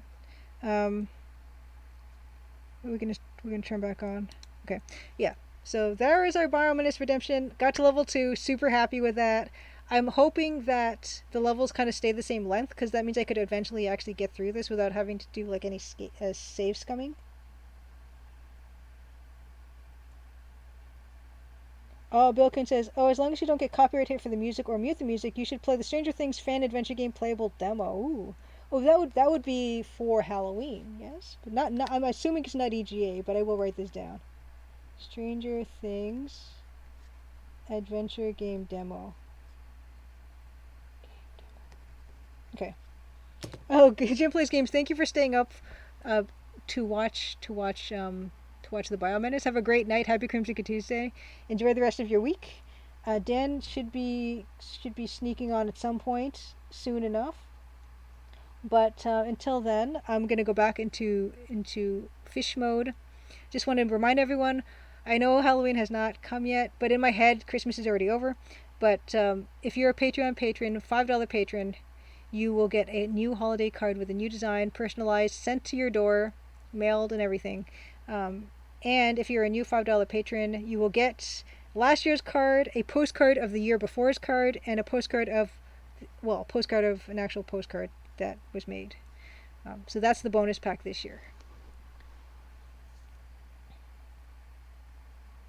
Oh, wow, nice. Disaster Squad says, I only did those 5 squad casts, but yours is the most popular so far. Oh, fantastic. Oh, so good to hear, Disaster Squad. I like to just put links of everything in, which I guess I might as well, while we're just in this period of waiting. I will show the holiday gift one more time, and then I will do the other repeat. Oh, you know what I didn't do yet? I'm going to show the trailer. And introduce myself. It's a bit late, but we had so much fun stuff to show. I forgot. Happy Crimson Tuesday. I'm Julia Minamata, and I'm making the Crimson Diamond, which looks like this Christmas card. But this scene is not in the game. The game is set in late August or late July, so you don't get to Christmas. You don't get to play Christmas in the Crimson Diamond. But it is a mystery adventure game. It's got a text parser interface. I'm going to play the trailer now to show anyone who hasn't played the demo. There is a free demo available on Steam or itch.io or directly from my site, thecrimsondiamond.com. And I will play demo now. I will play trailer now, so you guys will know what the game looks like real quick, and then we will move back into the art stuff. Ooh, and I should change this to art. And I should have changed it to Biomenace. I'm really bad at changing my tags. Let's change this to... Before I forget, I'm going to change the tag to art, and I will play the trailer. This goes out to Judith Butler's lover, who hopefully at some point will return to us when the schedule has changed. But here we go. Here comes the trailer. Crimson, Ontario was once a prosperous, lively mining town. But that was a long time ago. Now it's quiet, nearly deserted, and some folks aim to keep it that way. Nancy Maple is an aspiring mineralogist assigned to follow the trail of a dazzling diamond. An intriguing cast of characters has converged under one roof, each meaning to get their own way. Or else. Will Nancy untangle the mysteries and machinations before it's too late? Will the sleepy town of Crimson shine once more? Find out in The Crimson Diamond, an upcoming adventure game by Julia Minamata.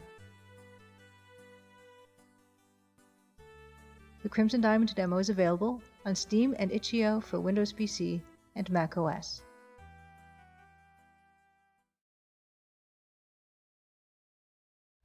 Okay, there we go. Back with music. Back on the fish until Dan joins us.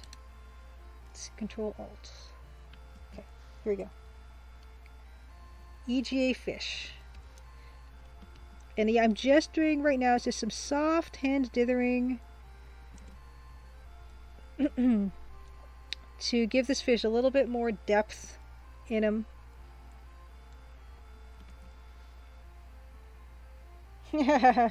Simon says maybe Christmas will be the sequel, Crimson Christmas. Crimson Christmas. That's kind of nice. That's kind of kind of rolls off the tongue. Maybe I will, or have some kind of holiday in the next one or something. Just gonna do this and this. Let's see here.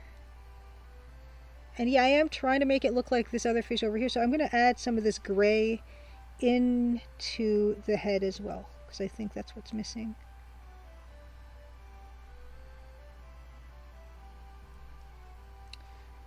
Let's see here.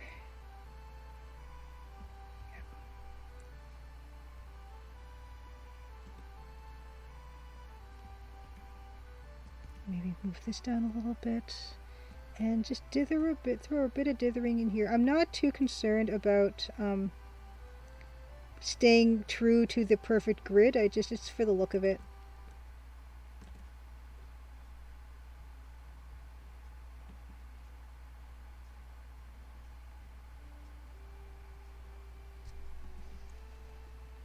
Crimson Christmas. Ooh, Evil Tentacle. I love the emojis.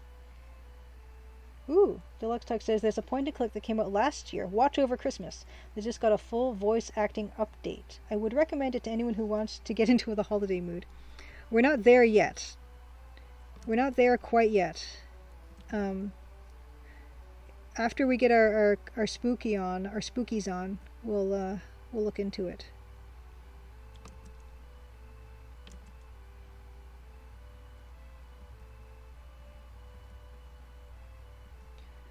Think actually.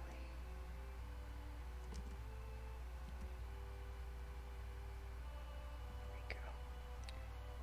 We'll get our spookies on.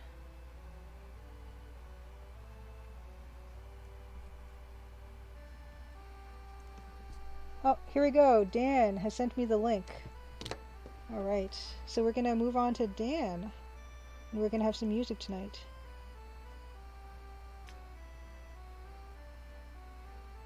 Okay.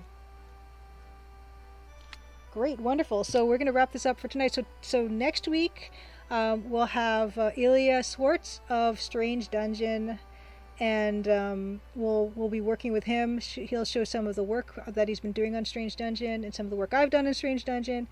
So that's going to be completely new. We're going to be on Ilya's channel, which is brand new as of today. So that's why it's going to look kind of, I don't know if he's got any banners or anything up for that.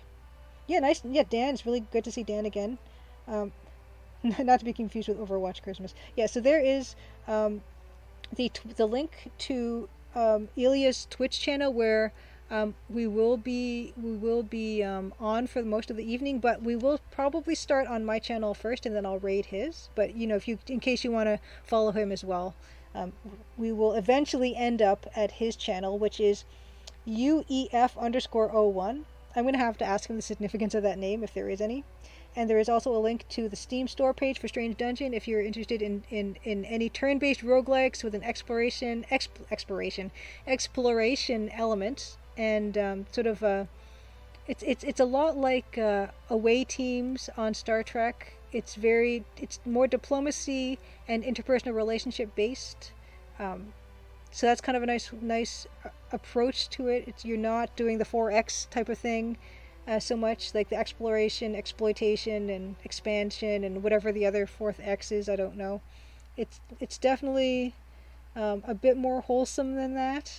And there's some of the class buffs and member buffs are like giving your friend a pat on the back so they feel better, and there's some there is like a cheering on and motivating of other characters as well. Oh, Wild Dan has appeared. Fantastic. So yeah, we're gonna do that, and then in a couple weeks' time, Carl will be on with us. Carl, our artist on Betrayed Alliance 2, and on what is it, Amazing Fix as well. And so he'll be on. We'll be talking about his whole artistic arc and all that kind of fun stuff. I'm gonna have a lot of questions I'm gonna want to ask him, and that'll be in a few weeks' time. But see you guys next week. But right now, hold on, don't go anywhere. We're gonna be rating Dan, and we're gonna be doing some music. And if you have not seen this before, you're in for a treat. Dan composes music from scratch on his Roland MT32. It's a magical journey. Are you live, Dan? Did Dan say? Control tab. Big Julia. Okay. I'm going to save what we have here. So you don't see Photoshop right now, but don't worry about it. I'm just saving this to my Google Drive. Dan is live. Fantastic. Okay. Great. Let me shut my stuff down. Let me prep here. Okay. Okay. Okay. Okay. So let me just get that link. Get the link going. I will see you guys over there. We're going to set that up to raid. Raid. Dan the band. Okay. Alright. See you guys over there. We're going to round out the night with some awesome music. And let me grab that link. Grab the link. Okay. Good.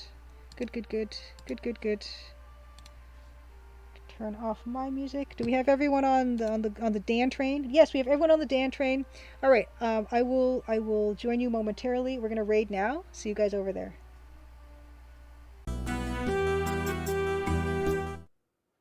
Hello. Good afternoon, good morning, good evening, wherever you are in the world. Thankfully, I know we get viewers from all over the place, which is pretty awesome. So, what's up, everybody?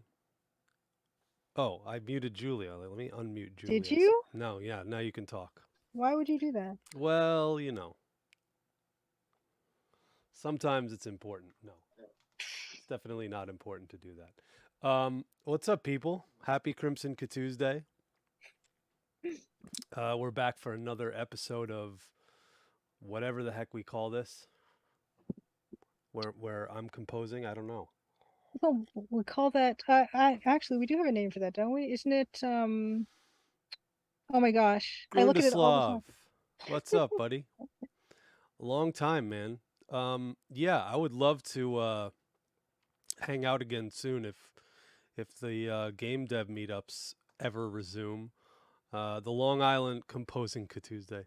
The Long Island game dev meetups are still online, as I understand it. So I don't know if they're going to resume or not, but I know that they were working out of an office, and I'm probably assuming it's an insurance thing. They don't want to do it out of the office. They have resumed? Ooh, I want to come. Nice. That's awesome. Well, I'll definitely find out about that because I'd love to come through. Today we're going to be making some music, and I think it says that I don't know what we're doing, but I think I do know what we're doing. We're trying to do the opposite of what we did last stream, Yes. which was an ending confrontation ending, Hmm. or with the evil winning, right? Well, kind of a disappointing, downbeat, Downbeat, regretful type of ending. right? Yeah. Okay. Yeah. And then today we're gonna try to do the opposite of that. Do a Yes. happy, positive ending. Okay, there we go. Thank you. I'll sign up for the mailing list. I'm gonna click on the link now, Okay. and I'll sign up Live for on the stream. mailing list. By the way, I thought we could try an interesting activity. Okay. As many of you can see, there's a big collection of big boxes behind me, and other gaming paraphernalia, Hmm. as you can see. I thought maybe at some point we could, I don't know when, but we could take a look at eBay. And I was thinking that a couple of us could have various searches. So like come up with different searches for stuff and see if I already have it on my save list, or see if it's something that I need to add to my Oh my God. What do save we call list. this? What do we call this segment? I don't know. eBay something. eBaying with Julie and Dan. Oh my God. Okay. So for an example, so if I would say, well, Let's change our view here so everybody can see. okay. That's a game I play pretty much every day. Yeah, me too. And I've been playing it a lot Collector lately. Tuesday. There we go. We're going to start with the names of things. Let's close this. Let's reopen it. And let's see. eBay. So how specific do you want to be? Because I could say something like, well, now that Return to Monkey Island's out, do you have anything Monkey Island related on your eBay search? Or do you want me to be like, I don't, but I probably Mhm. should, because that game is always, those games are always expensive. Okay. But I do have copies of the first two, which is probably why I don't have a saved search for those. But you can see kind of stuff that came up here. Okay. Those are recent searches. Red Alert, King's Big Quest Box, King's Quest Collection, Big Box. I think I was actually looking up games that I already have to see, because I wanted to sell them. Oh, okay, gotcha. Bilkin says So I have today's to get the Vintage prices. Computer Festival Midwest put a multi-camera time-lapse video of the convention.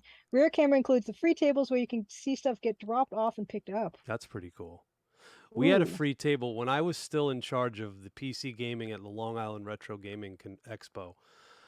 I had a table where I just brought big box games and just stuck them there and said, "Yeah, take them." And people took all but one. I think we ended up with one, and I don't remember which one.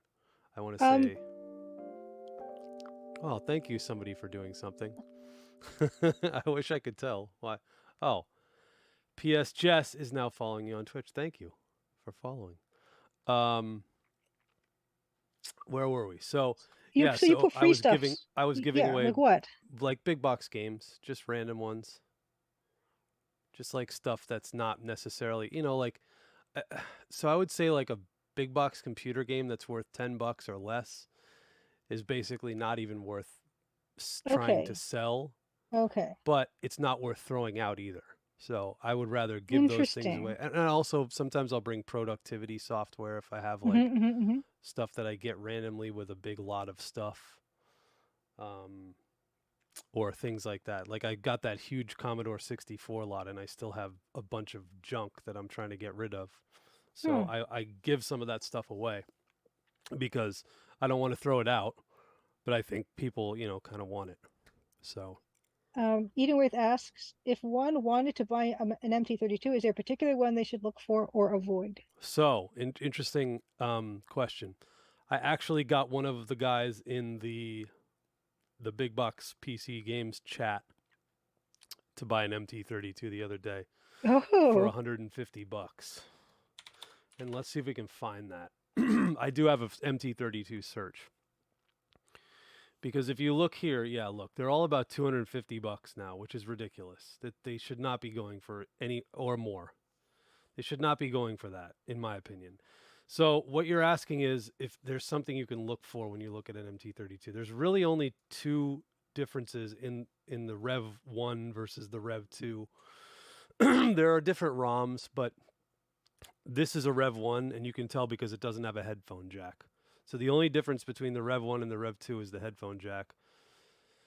Supposedly the Rev 2 has some things. Yeah, you don't want to buy something with a missing knob. That's damaged. So that's still a Rev 1. Most of them are Rev 1s. I would say they're less common to have the Rev 2s.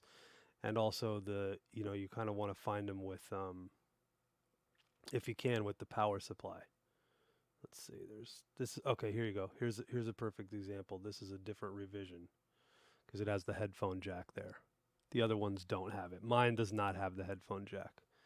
There's really no other major reason. There are a couple of games that work better with the Rev 1. Then there are a couple of games that work better with the Rev 2.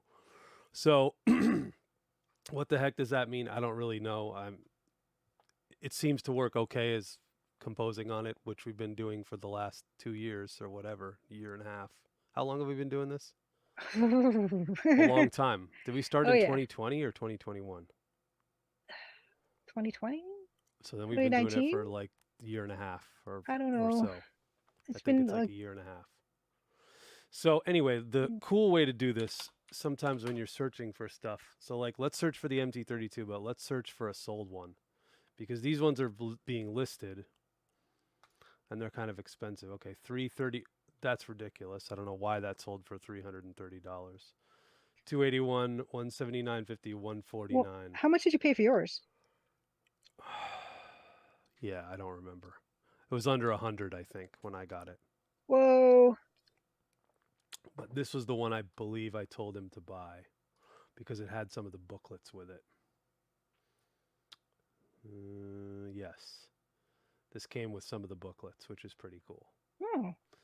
And it's reasonably priced at 150 bucks. I thought you weren't going to find, it's a little dusty, dirty, whatever, character. This is a Rev 1. But I don't think you're going to find a better price. And this is working, and which means it comes with the original power supply too. So those are like a bunch of things to look for. So that was when was this purchased? Does it say? It just says it's sold. Oh, maybe it'll say here, October 16th. So that was 2 days ago. I found it. And I posted the listing because I felt like that was a pretty good price. You're not going to see them for that. And obviously you can see that right now, if you want to buy one, you're spending $250 if you just want to buy one right now and not wait, which is annoying in my opinion. So yeah, so then there's there's the MT32 Pi, which is also an option. I don't know if they even sell them. Oh, yep, they do. So this is the MT32, which works with the Raspberry Pi or Mister.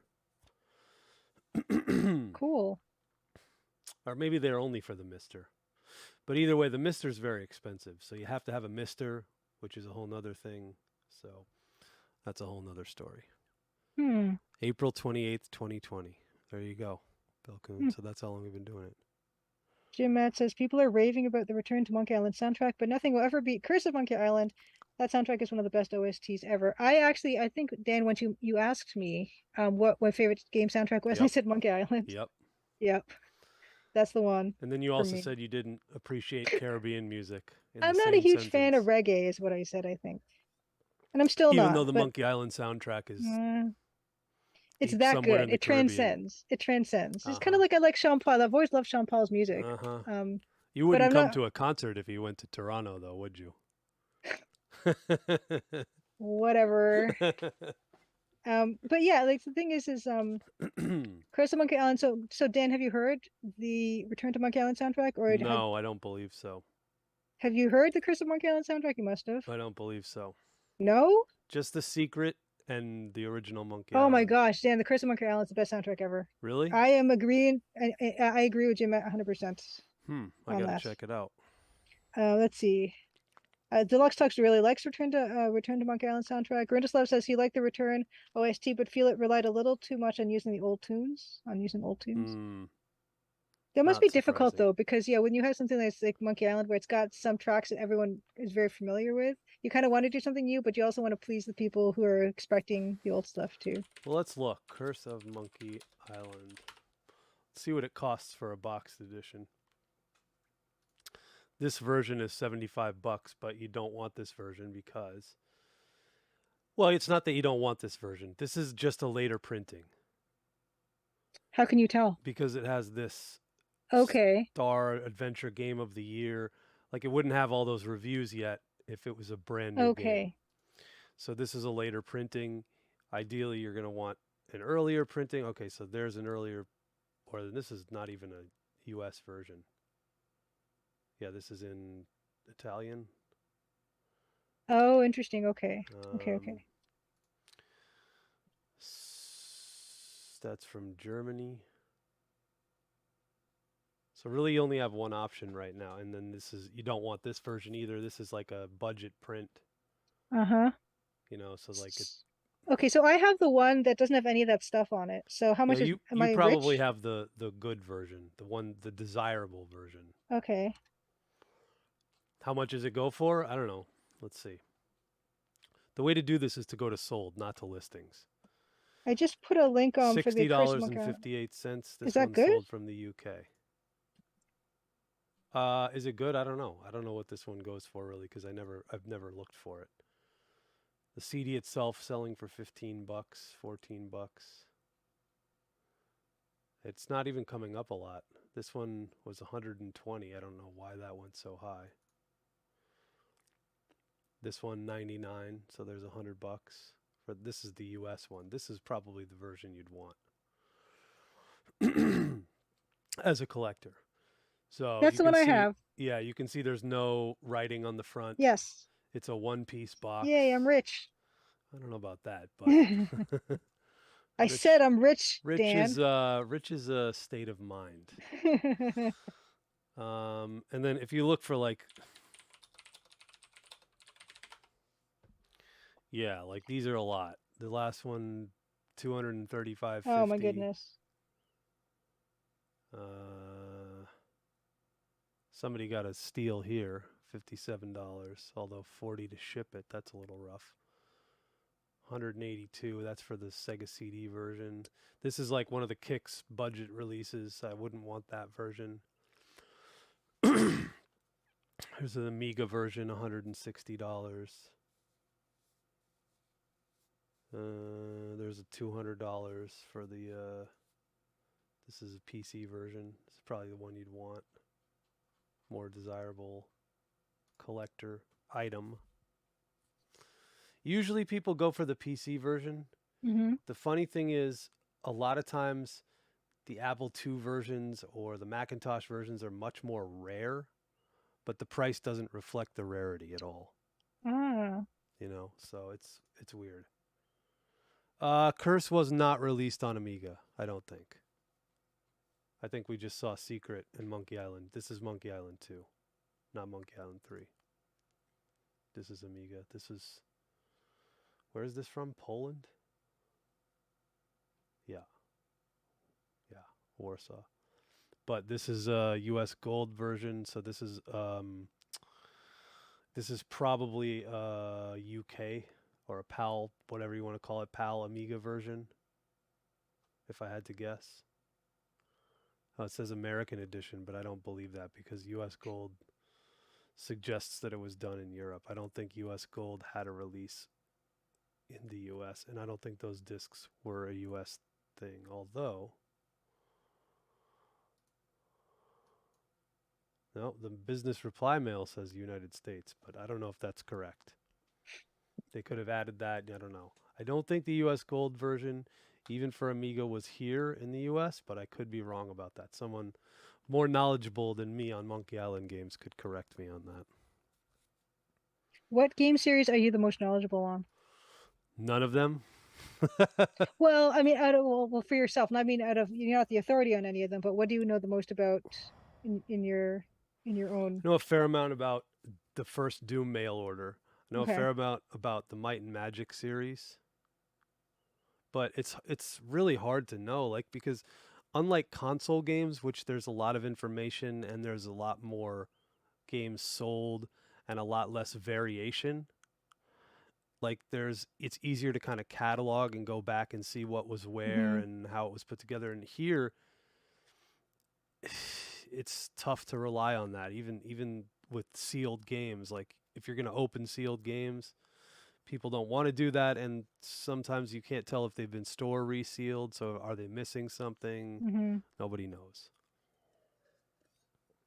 So it becomes difficult to tell. So anyway, yeah, like the Apple II version of John Madden Football, for example, is the first, we believe anyway, is the first release. However, most people want the PC version.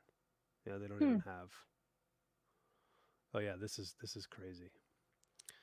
This is a graded package of discs, which includes the game, the 2-minute warning edition of John Madden Football.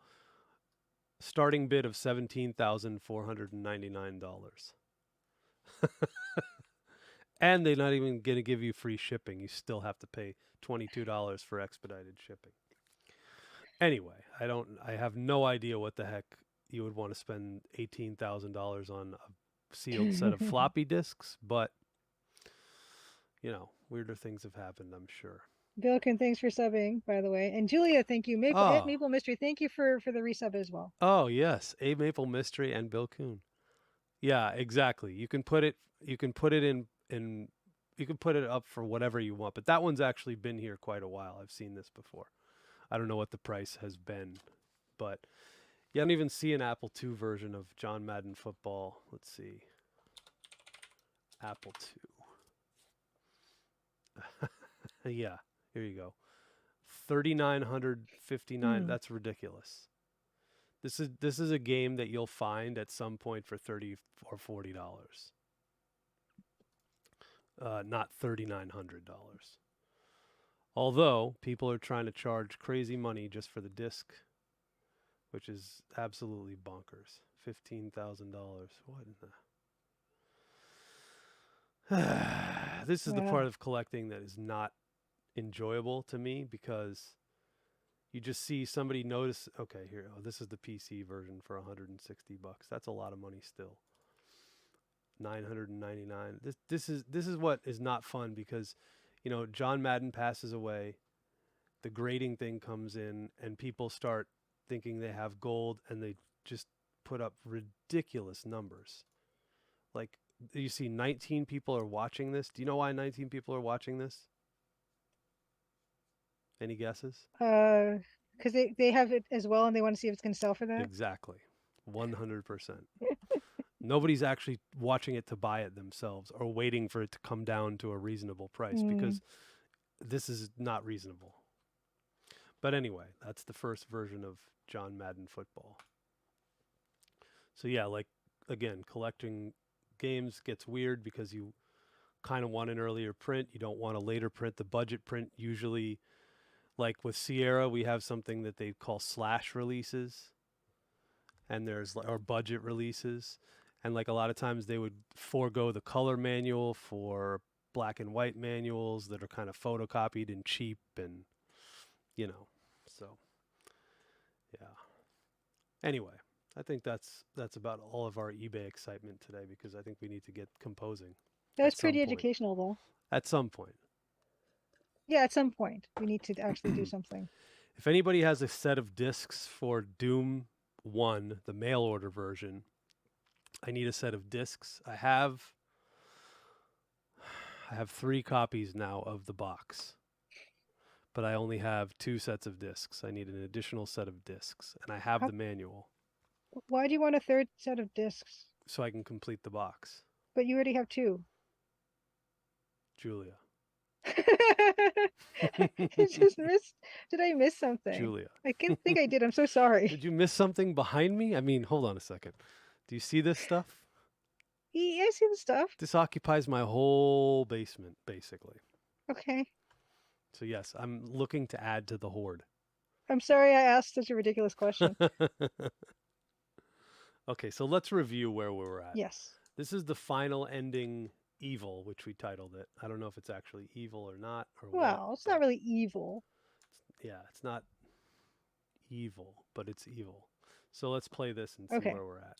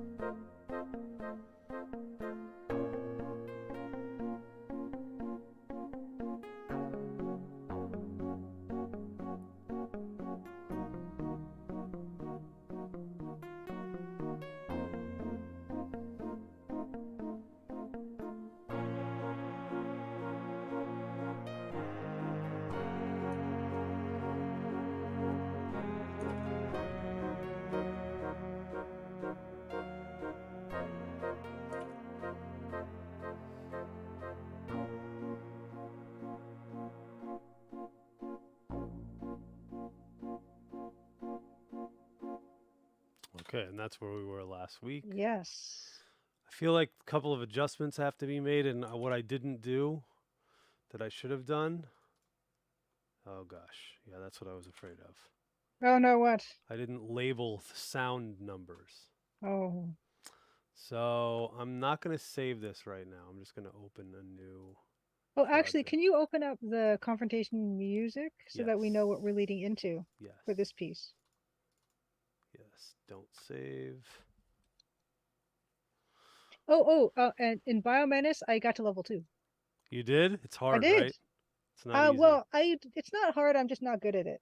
I think it's kind of hard. I could be wrong, but I think it's kind of tough. Well, it's only level 2, and I'm on easy, so that's another thing. It has difficulty settings.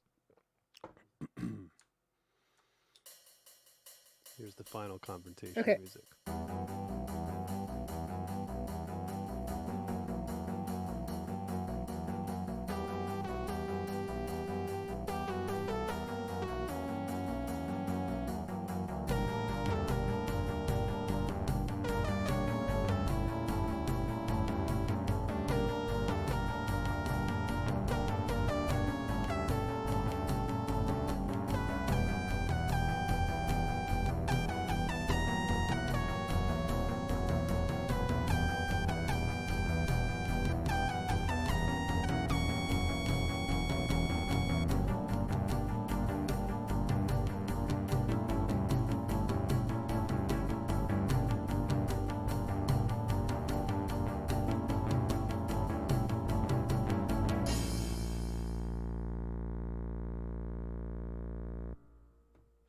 Okay. Mm-hmm. So we're leading up to that, right? Well, that is the confrontation, and then the sad downbeat ending was after that, and then this kind of good ending, more positive ending, will be after that. Okay, let me. Depending on the outcome. I'm trying to call up the link. Let's see here.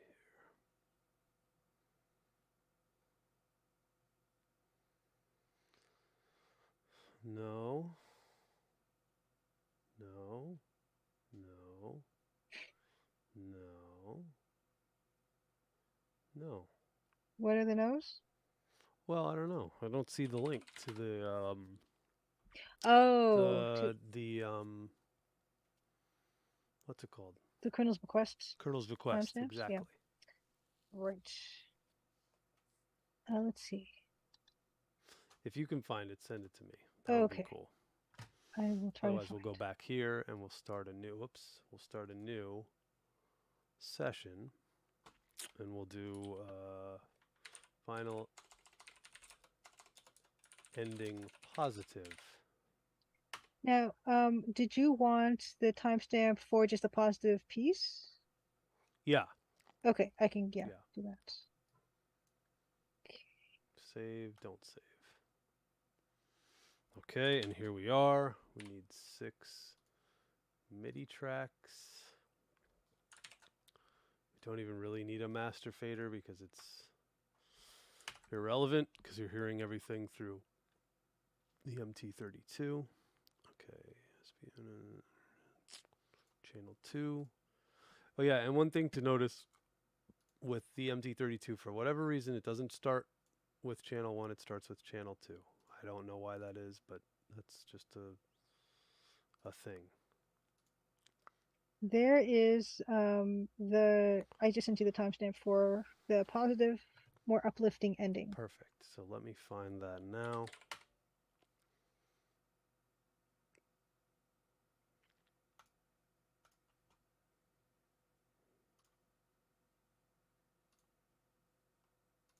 Okay. Oh, I think I have to change my sound settings.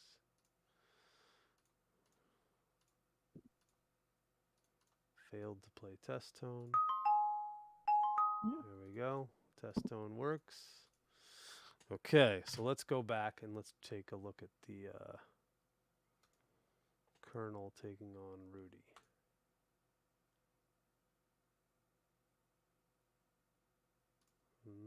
Hold on. There we go.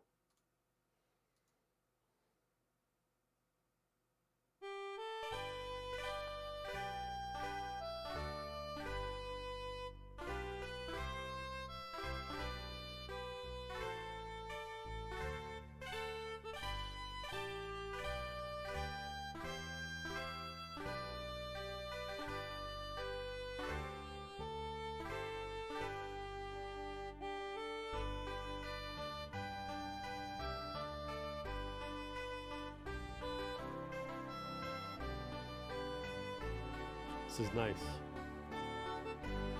Mm-hmm.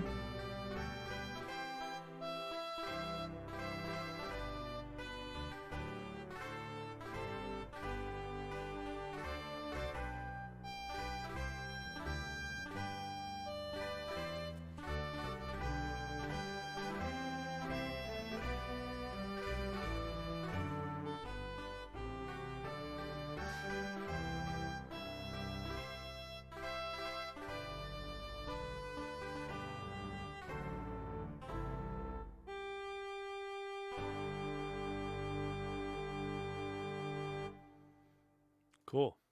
It's great, and it doesn't loop. It's just No, it it's goes just a all the way little through. song, little ditty. It's lovely. Yeah. Let's see if we have this work. Perfect.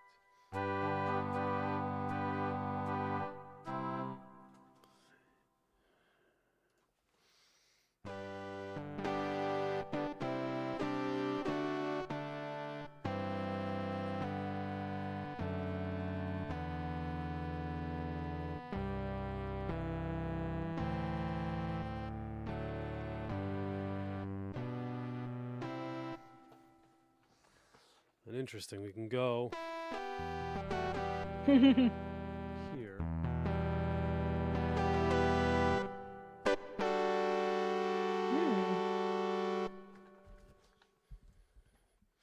Let's play that one more time.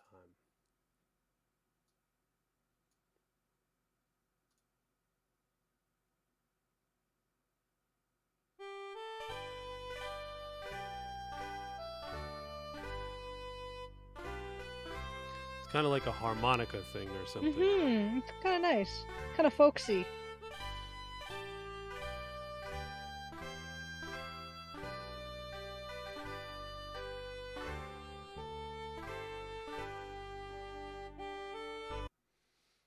So we can get something in that neighborhood.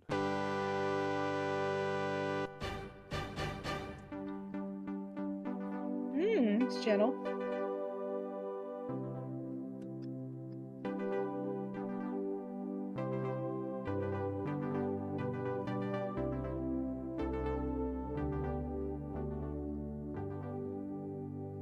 Kind of churchy, but like I don't like churchy is kind of nice. Got a lot of like echo. Yeah, it's just the sound. Mm. We don't want to use that sound. No.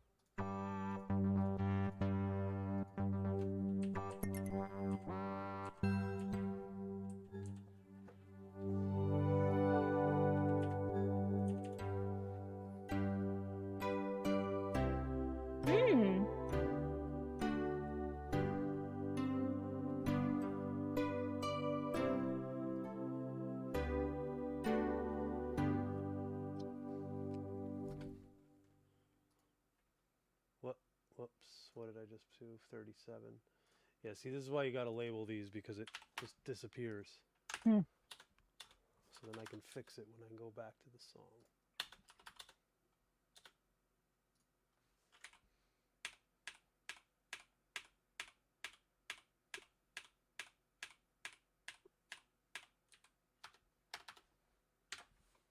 Oops, I need a click.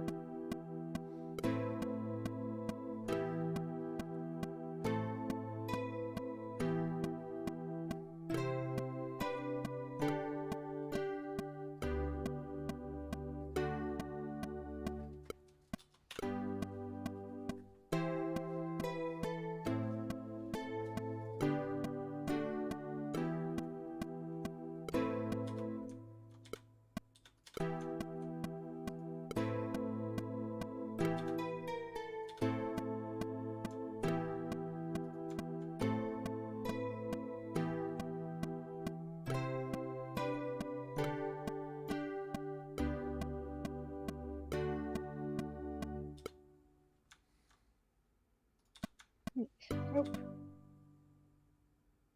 What were you going to say? I was just gonna say, yeah, Simon said it's got kind of a wedding march vibe, a little more somber. Somber Wedding March. Is it positive enough, or is it too not positive enough? I can see some of the chords are kind of make it go a bit more positive. Um, I mean, it's not like overjoyous or anything like that. I mean, it's Does it not need like to be more joyous? no, it's not a super happy joy type of ending. Um, But yeah, I mean, maybe more. This is right after the basketball arcade sequence, isn't it? Yes. Well, I mean, so it should kind of match up with like the confrontation. Like it's kind of like, after a confrontation, it's kind of like not super joyous, but no, no, No, no, no. Simon, it's cool. That's Yeah, that's why we're doing it on live stream. yeah, Why not? absolutely. Don't worry about it. This is exactly what we're looking for. Yep. Because yeah, I am thinking because it's kind of like after this big confrontation, like people are kind of like tired and exhausted and stuff, but up kind of like it's a good ending, but it's still like, oh, it just this we've just been through something kind of thing. Right. Happy, happy, joy, joy. Yeah.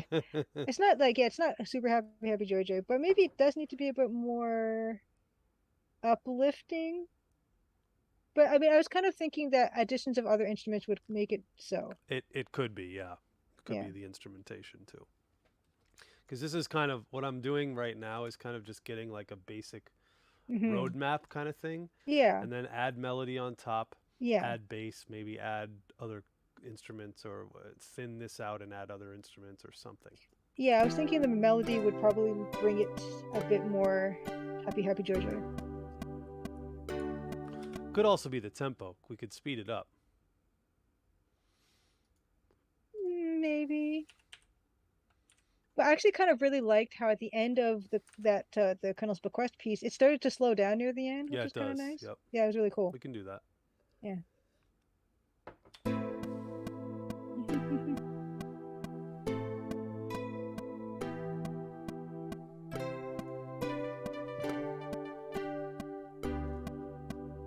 Oh, we lost Julia.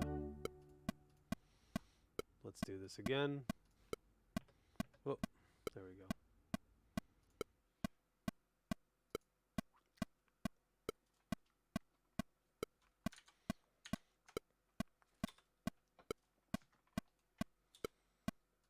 Hello. Okay, there we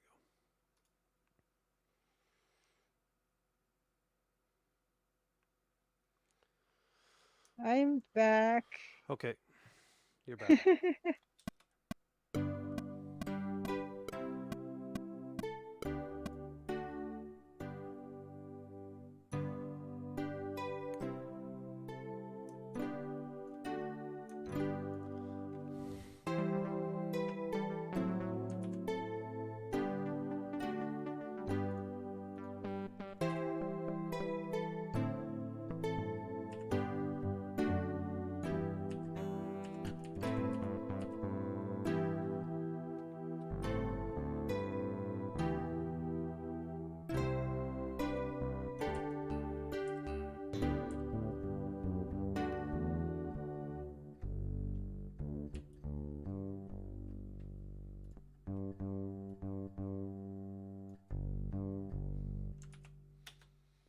Let's see if we can do a bass thing.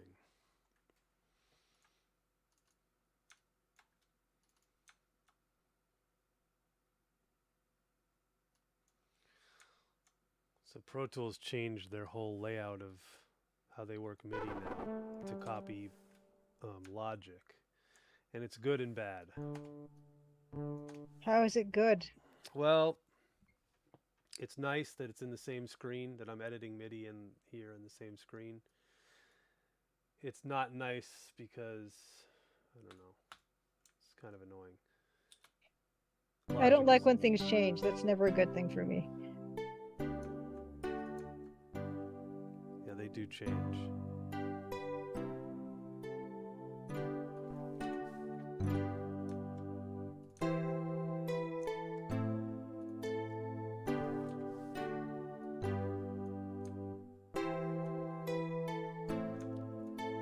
Now I wonder if it, let's see how this looks. Score editor. This looks like crap. I can't tell. It looks like notes. It looks like garbage. That's junk. This is not how music is properly notated. It just makes it hard to read, is what the problem is. And there's pages scrolling. You can play this, but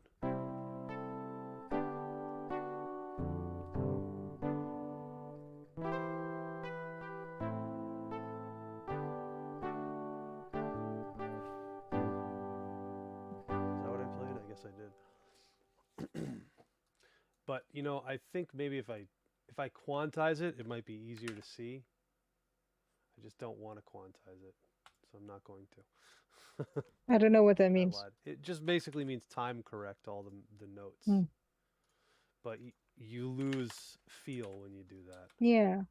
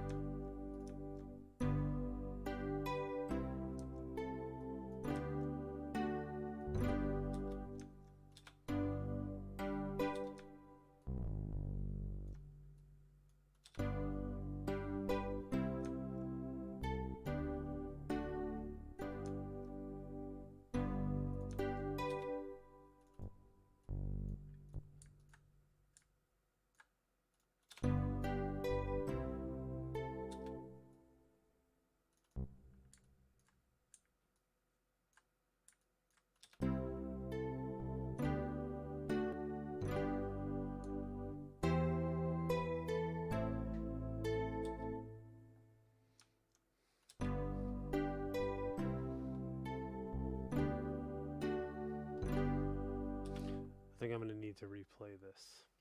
Why? Well, it sounds okay, but I want a different feel, I think. Hmm. Well, maybe I'll leave it. Maybe I'll leave it and change a different instrument.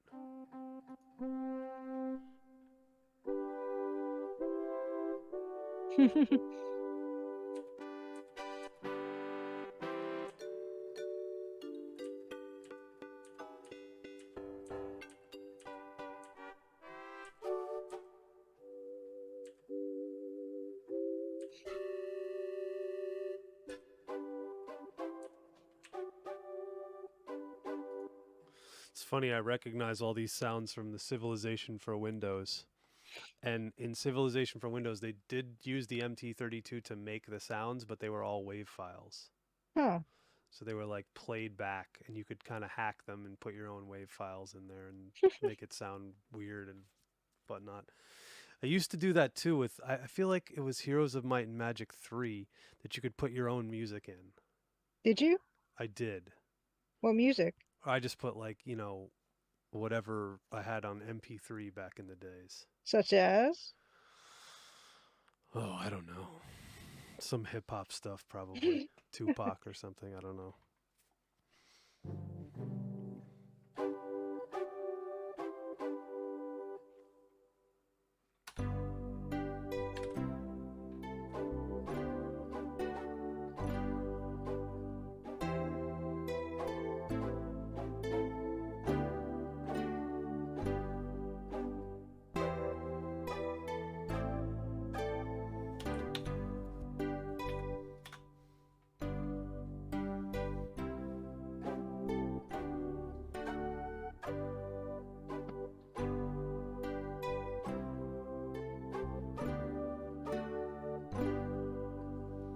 Something like that.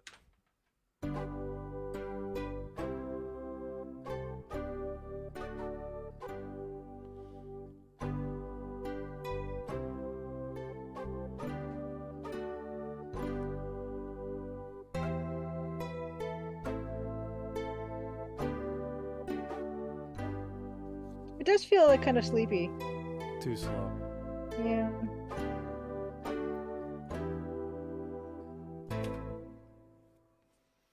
We actually literally put Deluxe Tux to bed. That's a first.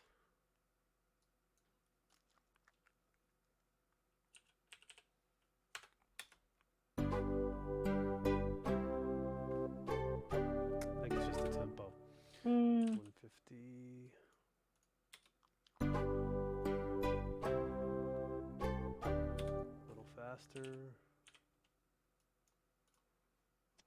Oops.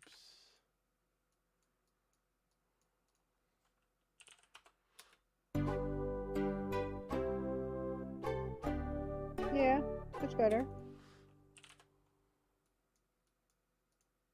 Let's move it into too fast, and then we'll dial it back from there. Yeah, it's always good to go too far and to see.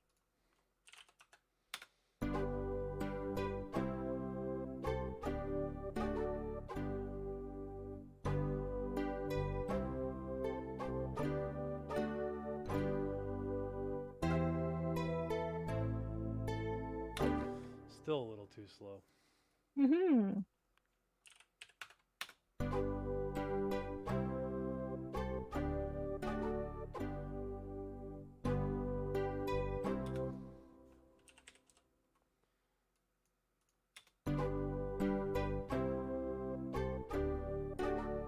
Getting there.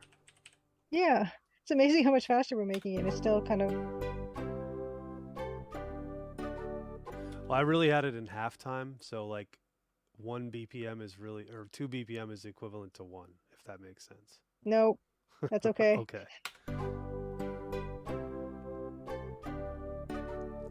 That's better. Mm-hmm. Yeah, absolutely.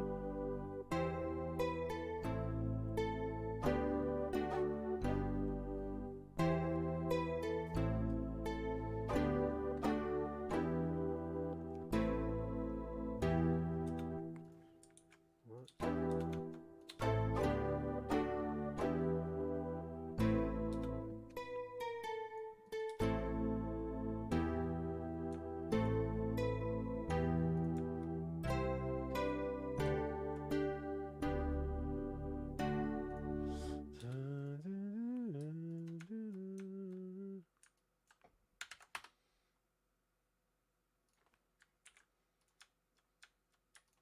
Oh, I saw Slayer T was streaming today. Oh, was he?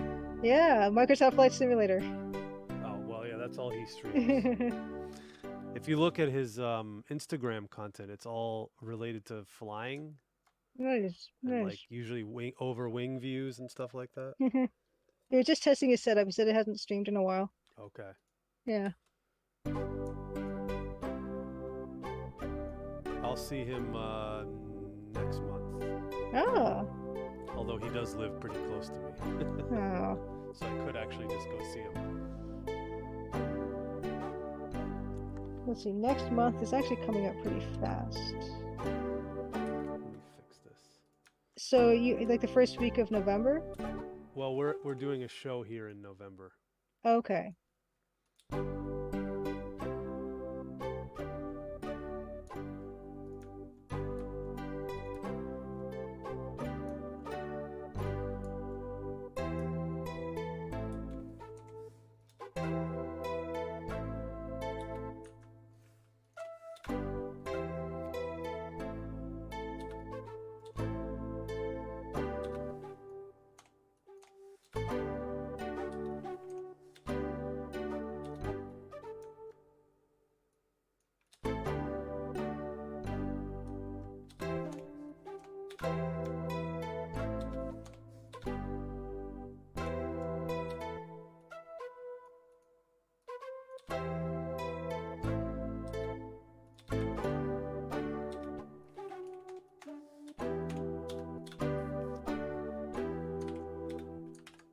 Okay.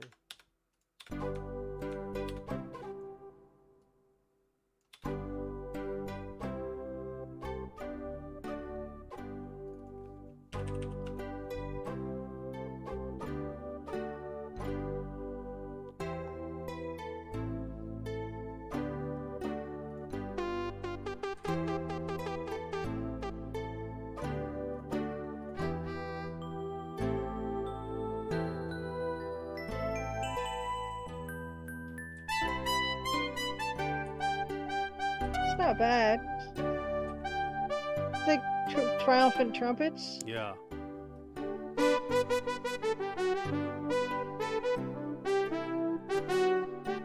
Okay, let's see if I can come up with it.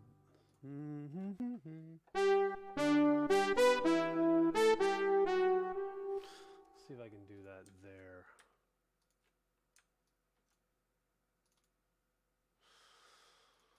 And I'm stealing polyphony.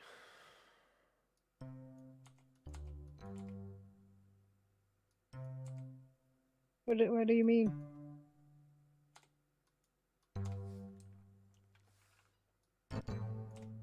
Well, basically, all the notes I use, I can only use so many notes Mm-hmm. before the MT32 starts dropping notes.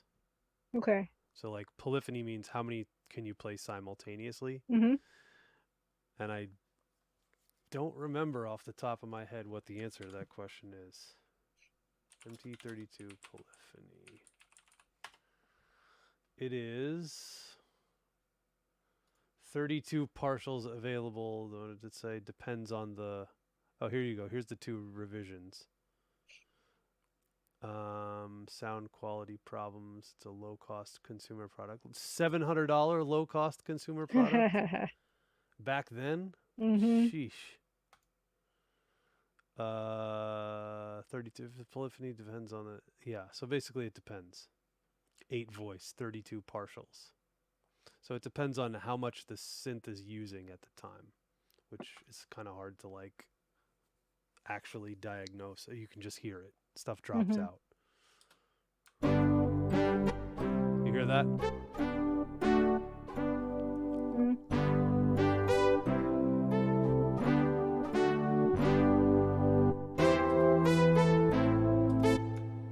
So basically what you don't want to do is, whoop, you don't want to do that. Okay, I want to get rid of all except the top melody line. That'll save me polyphony there. And then I need to go through this and kind of look and see what's what.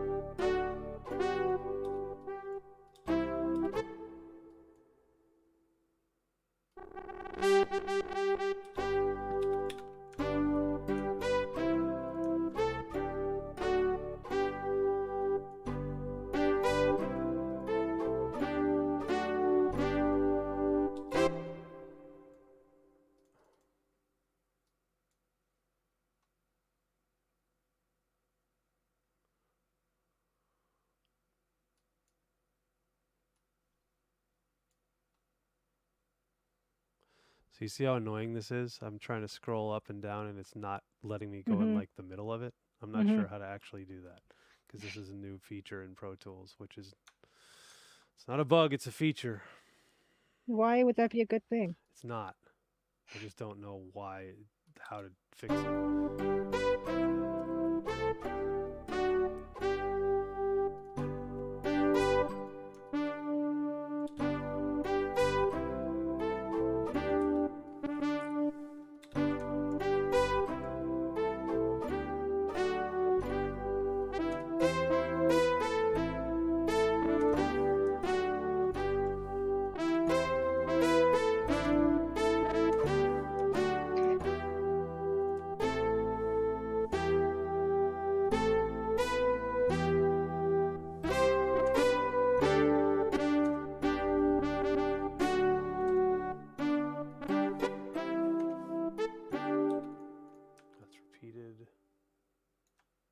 That's repeated. Okay, there we go.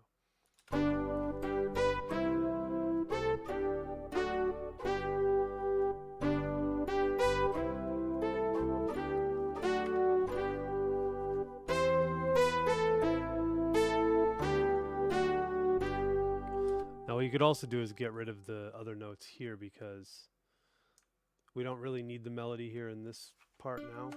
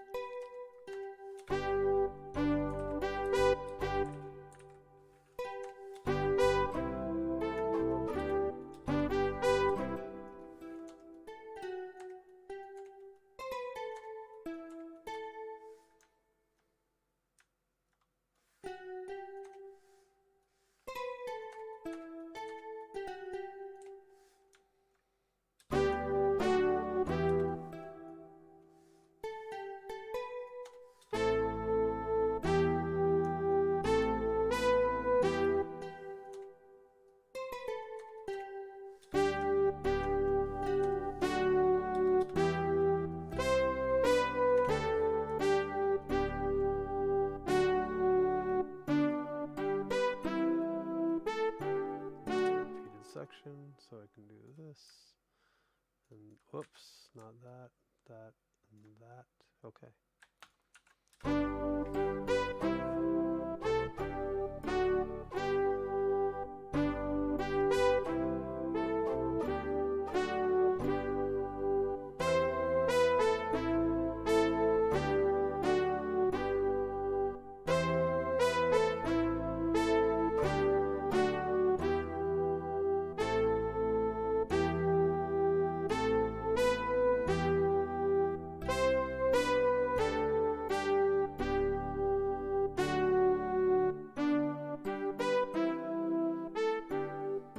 Oh, I don't have a bass in there anymore.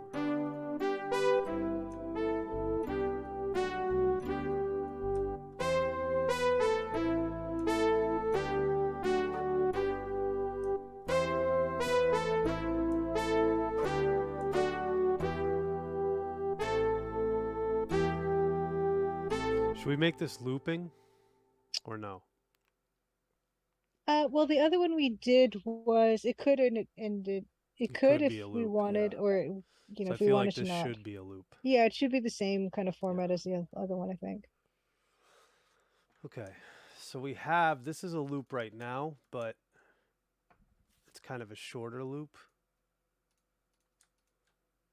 It's like 30 seconds, Mm-hmm. And the what was the other one? I think. a minute. Hmm.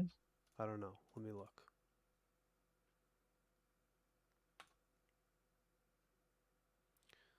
Yeah, about a minute, minute 8 or so. Mm-hmm. Let's see. Time, minute, seconds. 1 minute 12. 1 minute 12 seconds. Slower. It's true. A lot slower.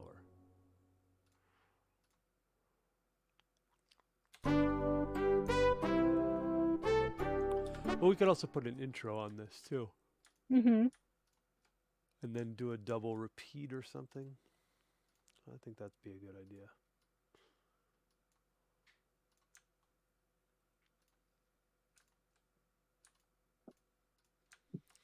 Let's do that. Whoops.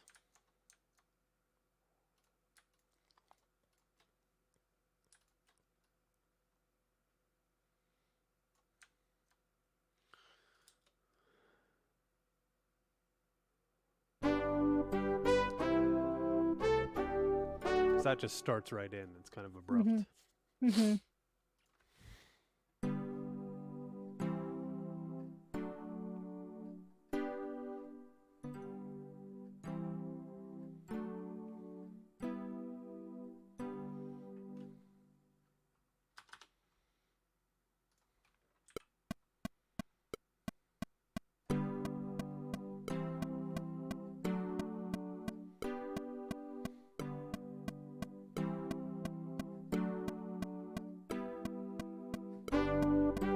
Mm-hmm. Is maybe the trumpet is too like loud, too Too brash. yeah, maybe too brash.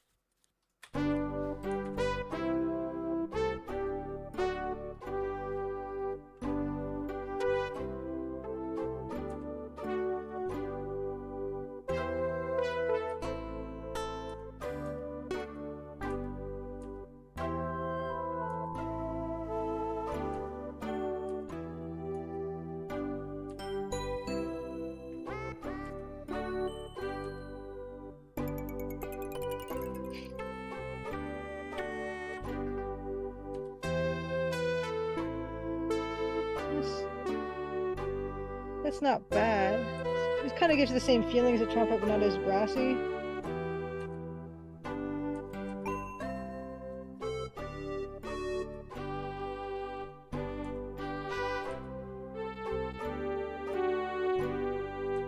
It's too like I don't want it to be too gentle either.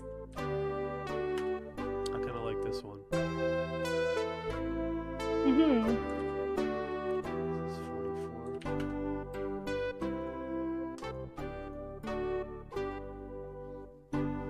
So let's hear it from the beginning.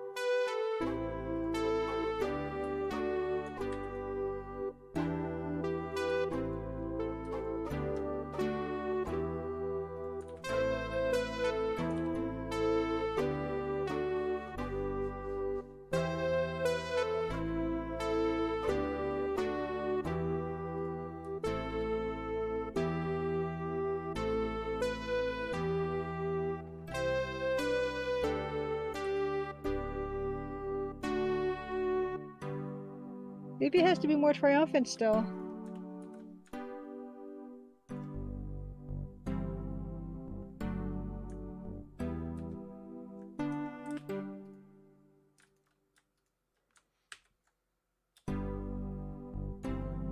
So the sound, you mean? Yeah, it's not quite. It's not supposed to be super crazy, happy, happy Georgia, like we said, but I think it does have to be a bit more triumphant.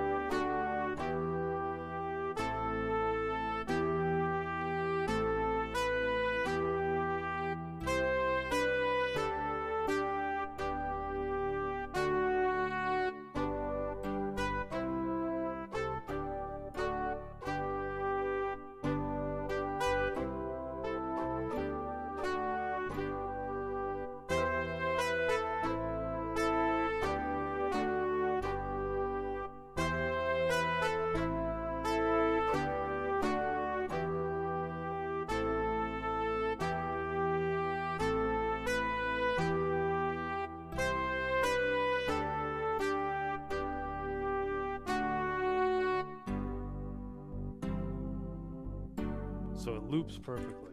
It's good. That's a good thing. What I think we should do here is maybe change the melody the second time around, Okay. and that'll give it less of a sound identical.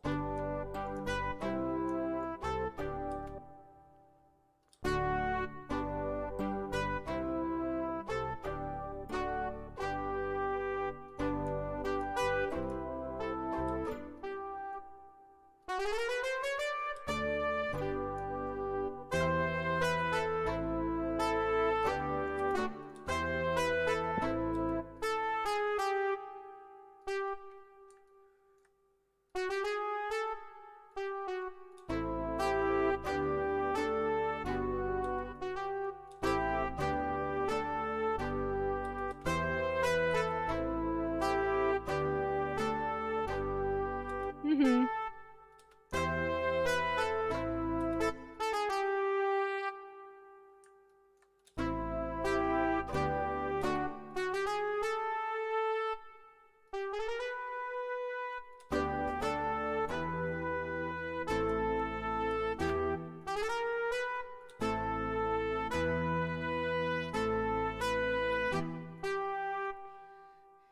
It's definitely sounding more uplifting.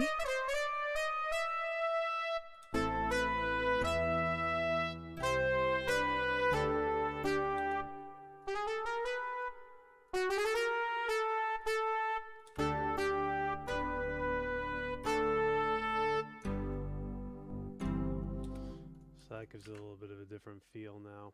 Yeah, I think that's helping it uplift it. So like when it was kept on being more repetitive, then it's not as like joyful, because joyful is more like more You could also dynamic. try to put some drums in it. Yeah, I was thinking drums would help too, yeah.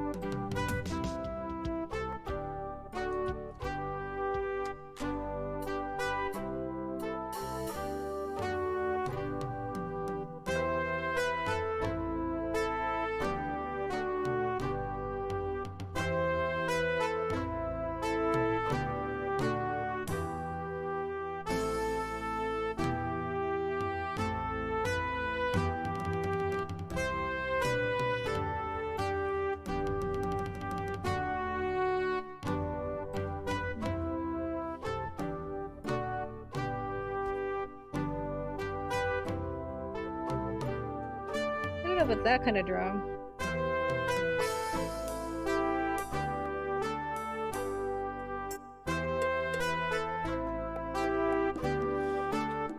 One problem with the MT32 is there's not a lot of options there. Mm-hmm.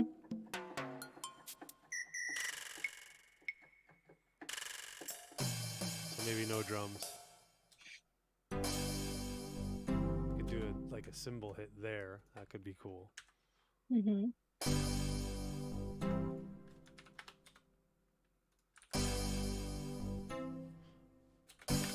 Just marks out the beginning of the form.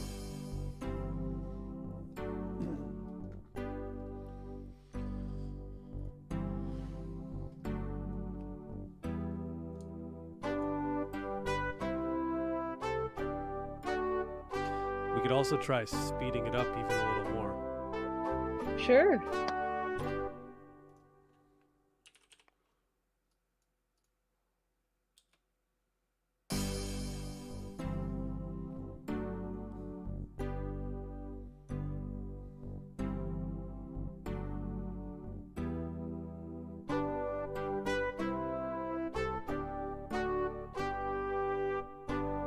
That's actually still better, I think. Yeah. Should we go faster? Let's go Sure, let's faster. keep going, keep going. No, not that fast.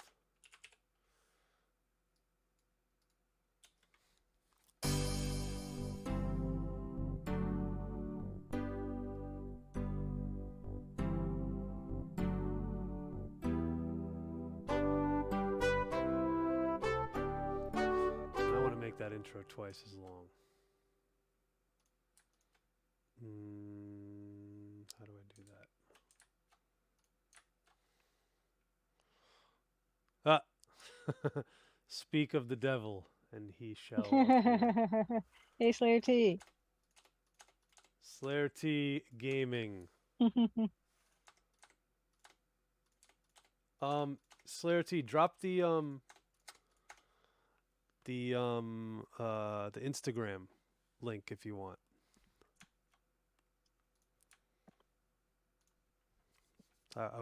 We were talking about you just a minute ago.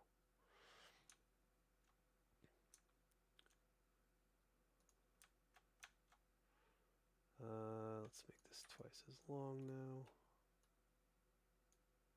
And Slayer T is? Slayer T is a streamer, a content creator, Coworker? coworker, engineer, audio engineer.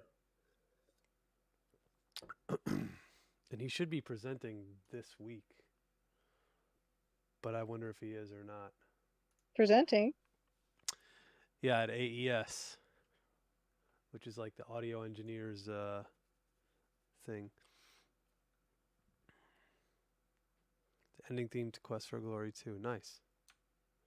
So Audio we're in engineer something? Audio Engineer Society, I think. Audio Engineering Cool. Society.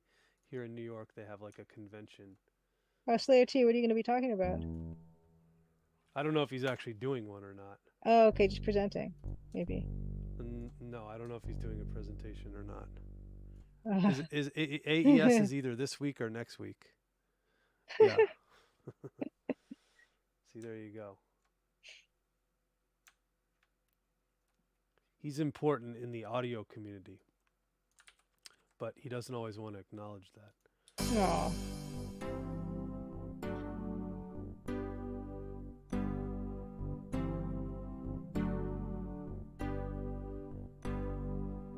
That's too long. Okay. Cute idea. Didn't work. Try Yeah. again. That's what we do here.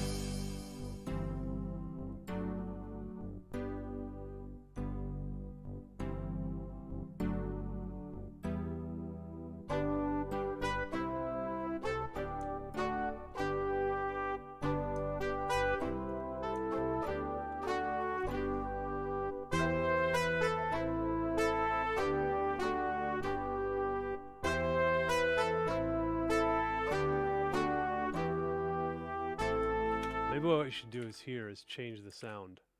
Okay. Hmm, I don't even know what sound that is. that's good already. I don't know. Oh my gosh, it starts tomorrow. AES.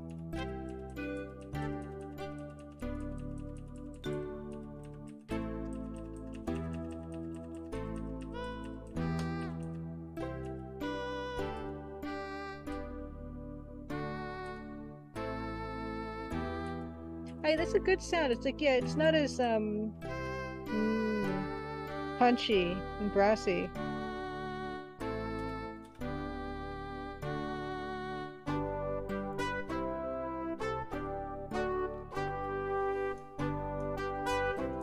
I kind of prefer it to this instrument actually. Overall? Yeah, because the other instrument, it kind of comes in really abruptly. The other one kind of eases in better.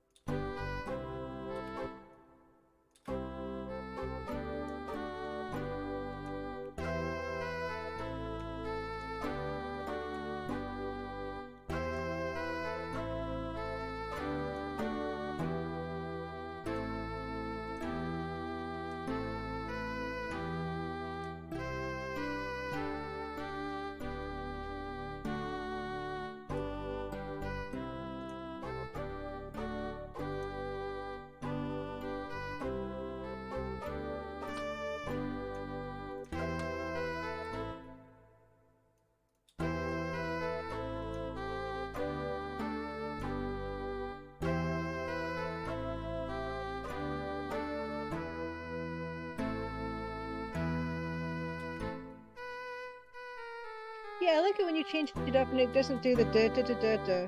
It goes up.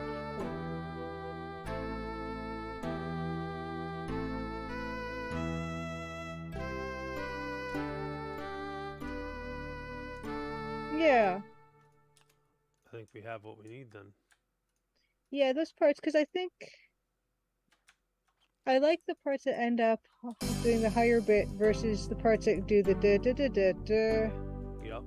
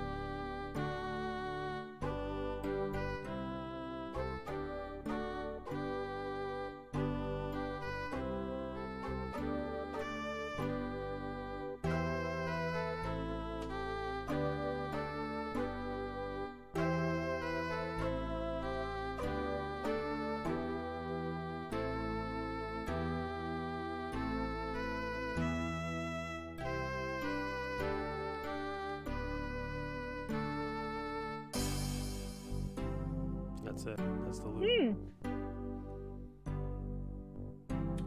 I like it. it's a good loop. It's a good like I like the symbol coming back in that for the loop. Yeah, it just marks out the beginning of the form, basically. Yeah. So let's save this. I think we got what we need, at least for now. Obviously, this might not be finished, but it's very close. Yeah, they're parts that I'm quite fond of. Ambersine Zero agrees with you, it seems. Save. Oh, we need to get this sound. What number is this? 55. Okay. Save that. 44 is not doing anything at the moment. Let's get rid of I'm it. gonna have to rejoin you soon. It's gonna be like a minute for this Oh, rest of okay. this meeting. But when that happens, I can just click back on the link. Well, that's okay. We're about done anyhow. Oh, it's the Grinch? Is that what that is? I don't think Looks so. like a dinosaur. Yeah, I thought it was like a turtle or something. Yeah, maybe that's it. A reptile? What is it? I think you're right. It's a turtle. I don't know. It says Chill Jam, so I think it is a turtle. Turtles and Chill from the channel Turtles and Chill. There you go. It's definitely a turtle.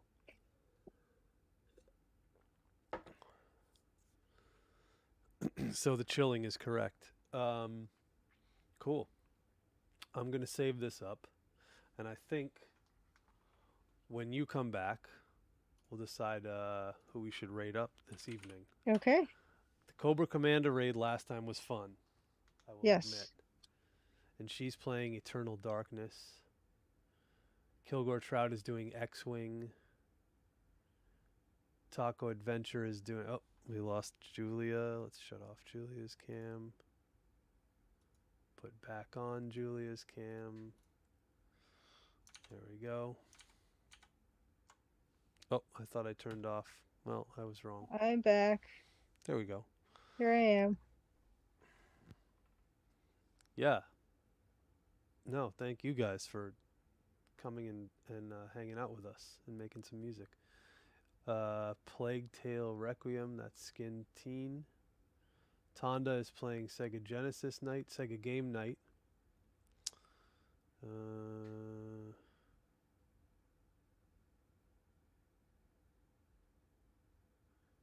We got any good, oh, we always got to search this. There is nobody. Ooh, Santa Claus 586 was playing 13 days ago. Interesting. They did a number of plays, actually. Got all items. Booze percentage. Let's see. Interesting. That sounds like fun. They made it into a drinking game? I don't know.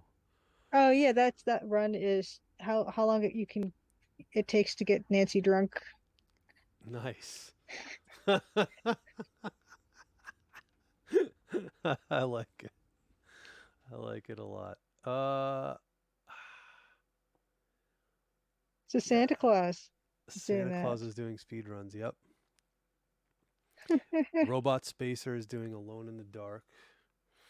Do we have anybody playing the old Colossal Cave adventure?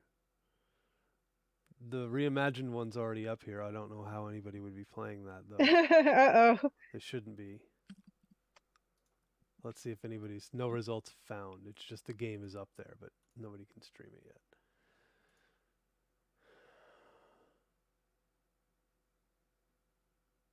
And Taco Adventures playing the Mortuary Assistant, which is interesting. The Vintage Computer Project has resumed for the night. The patterns of error and error messages. I don't know. Sounds like us drinking Bailey's.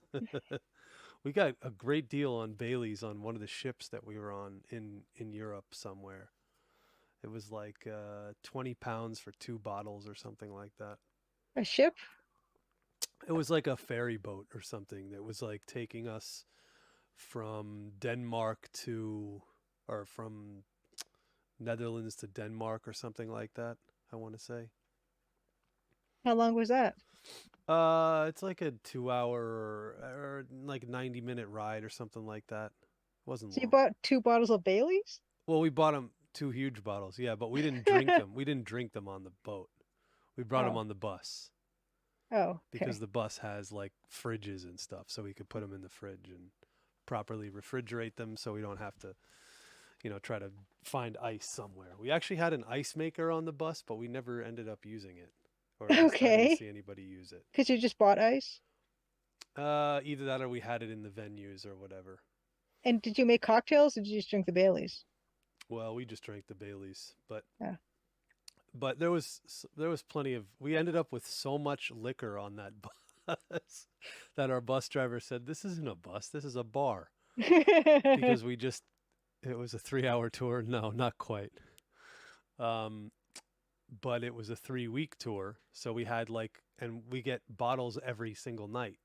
Do they just give, so does the venue give those to you? I don't know how this works. It's part of the what they call the rider.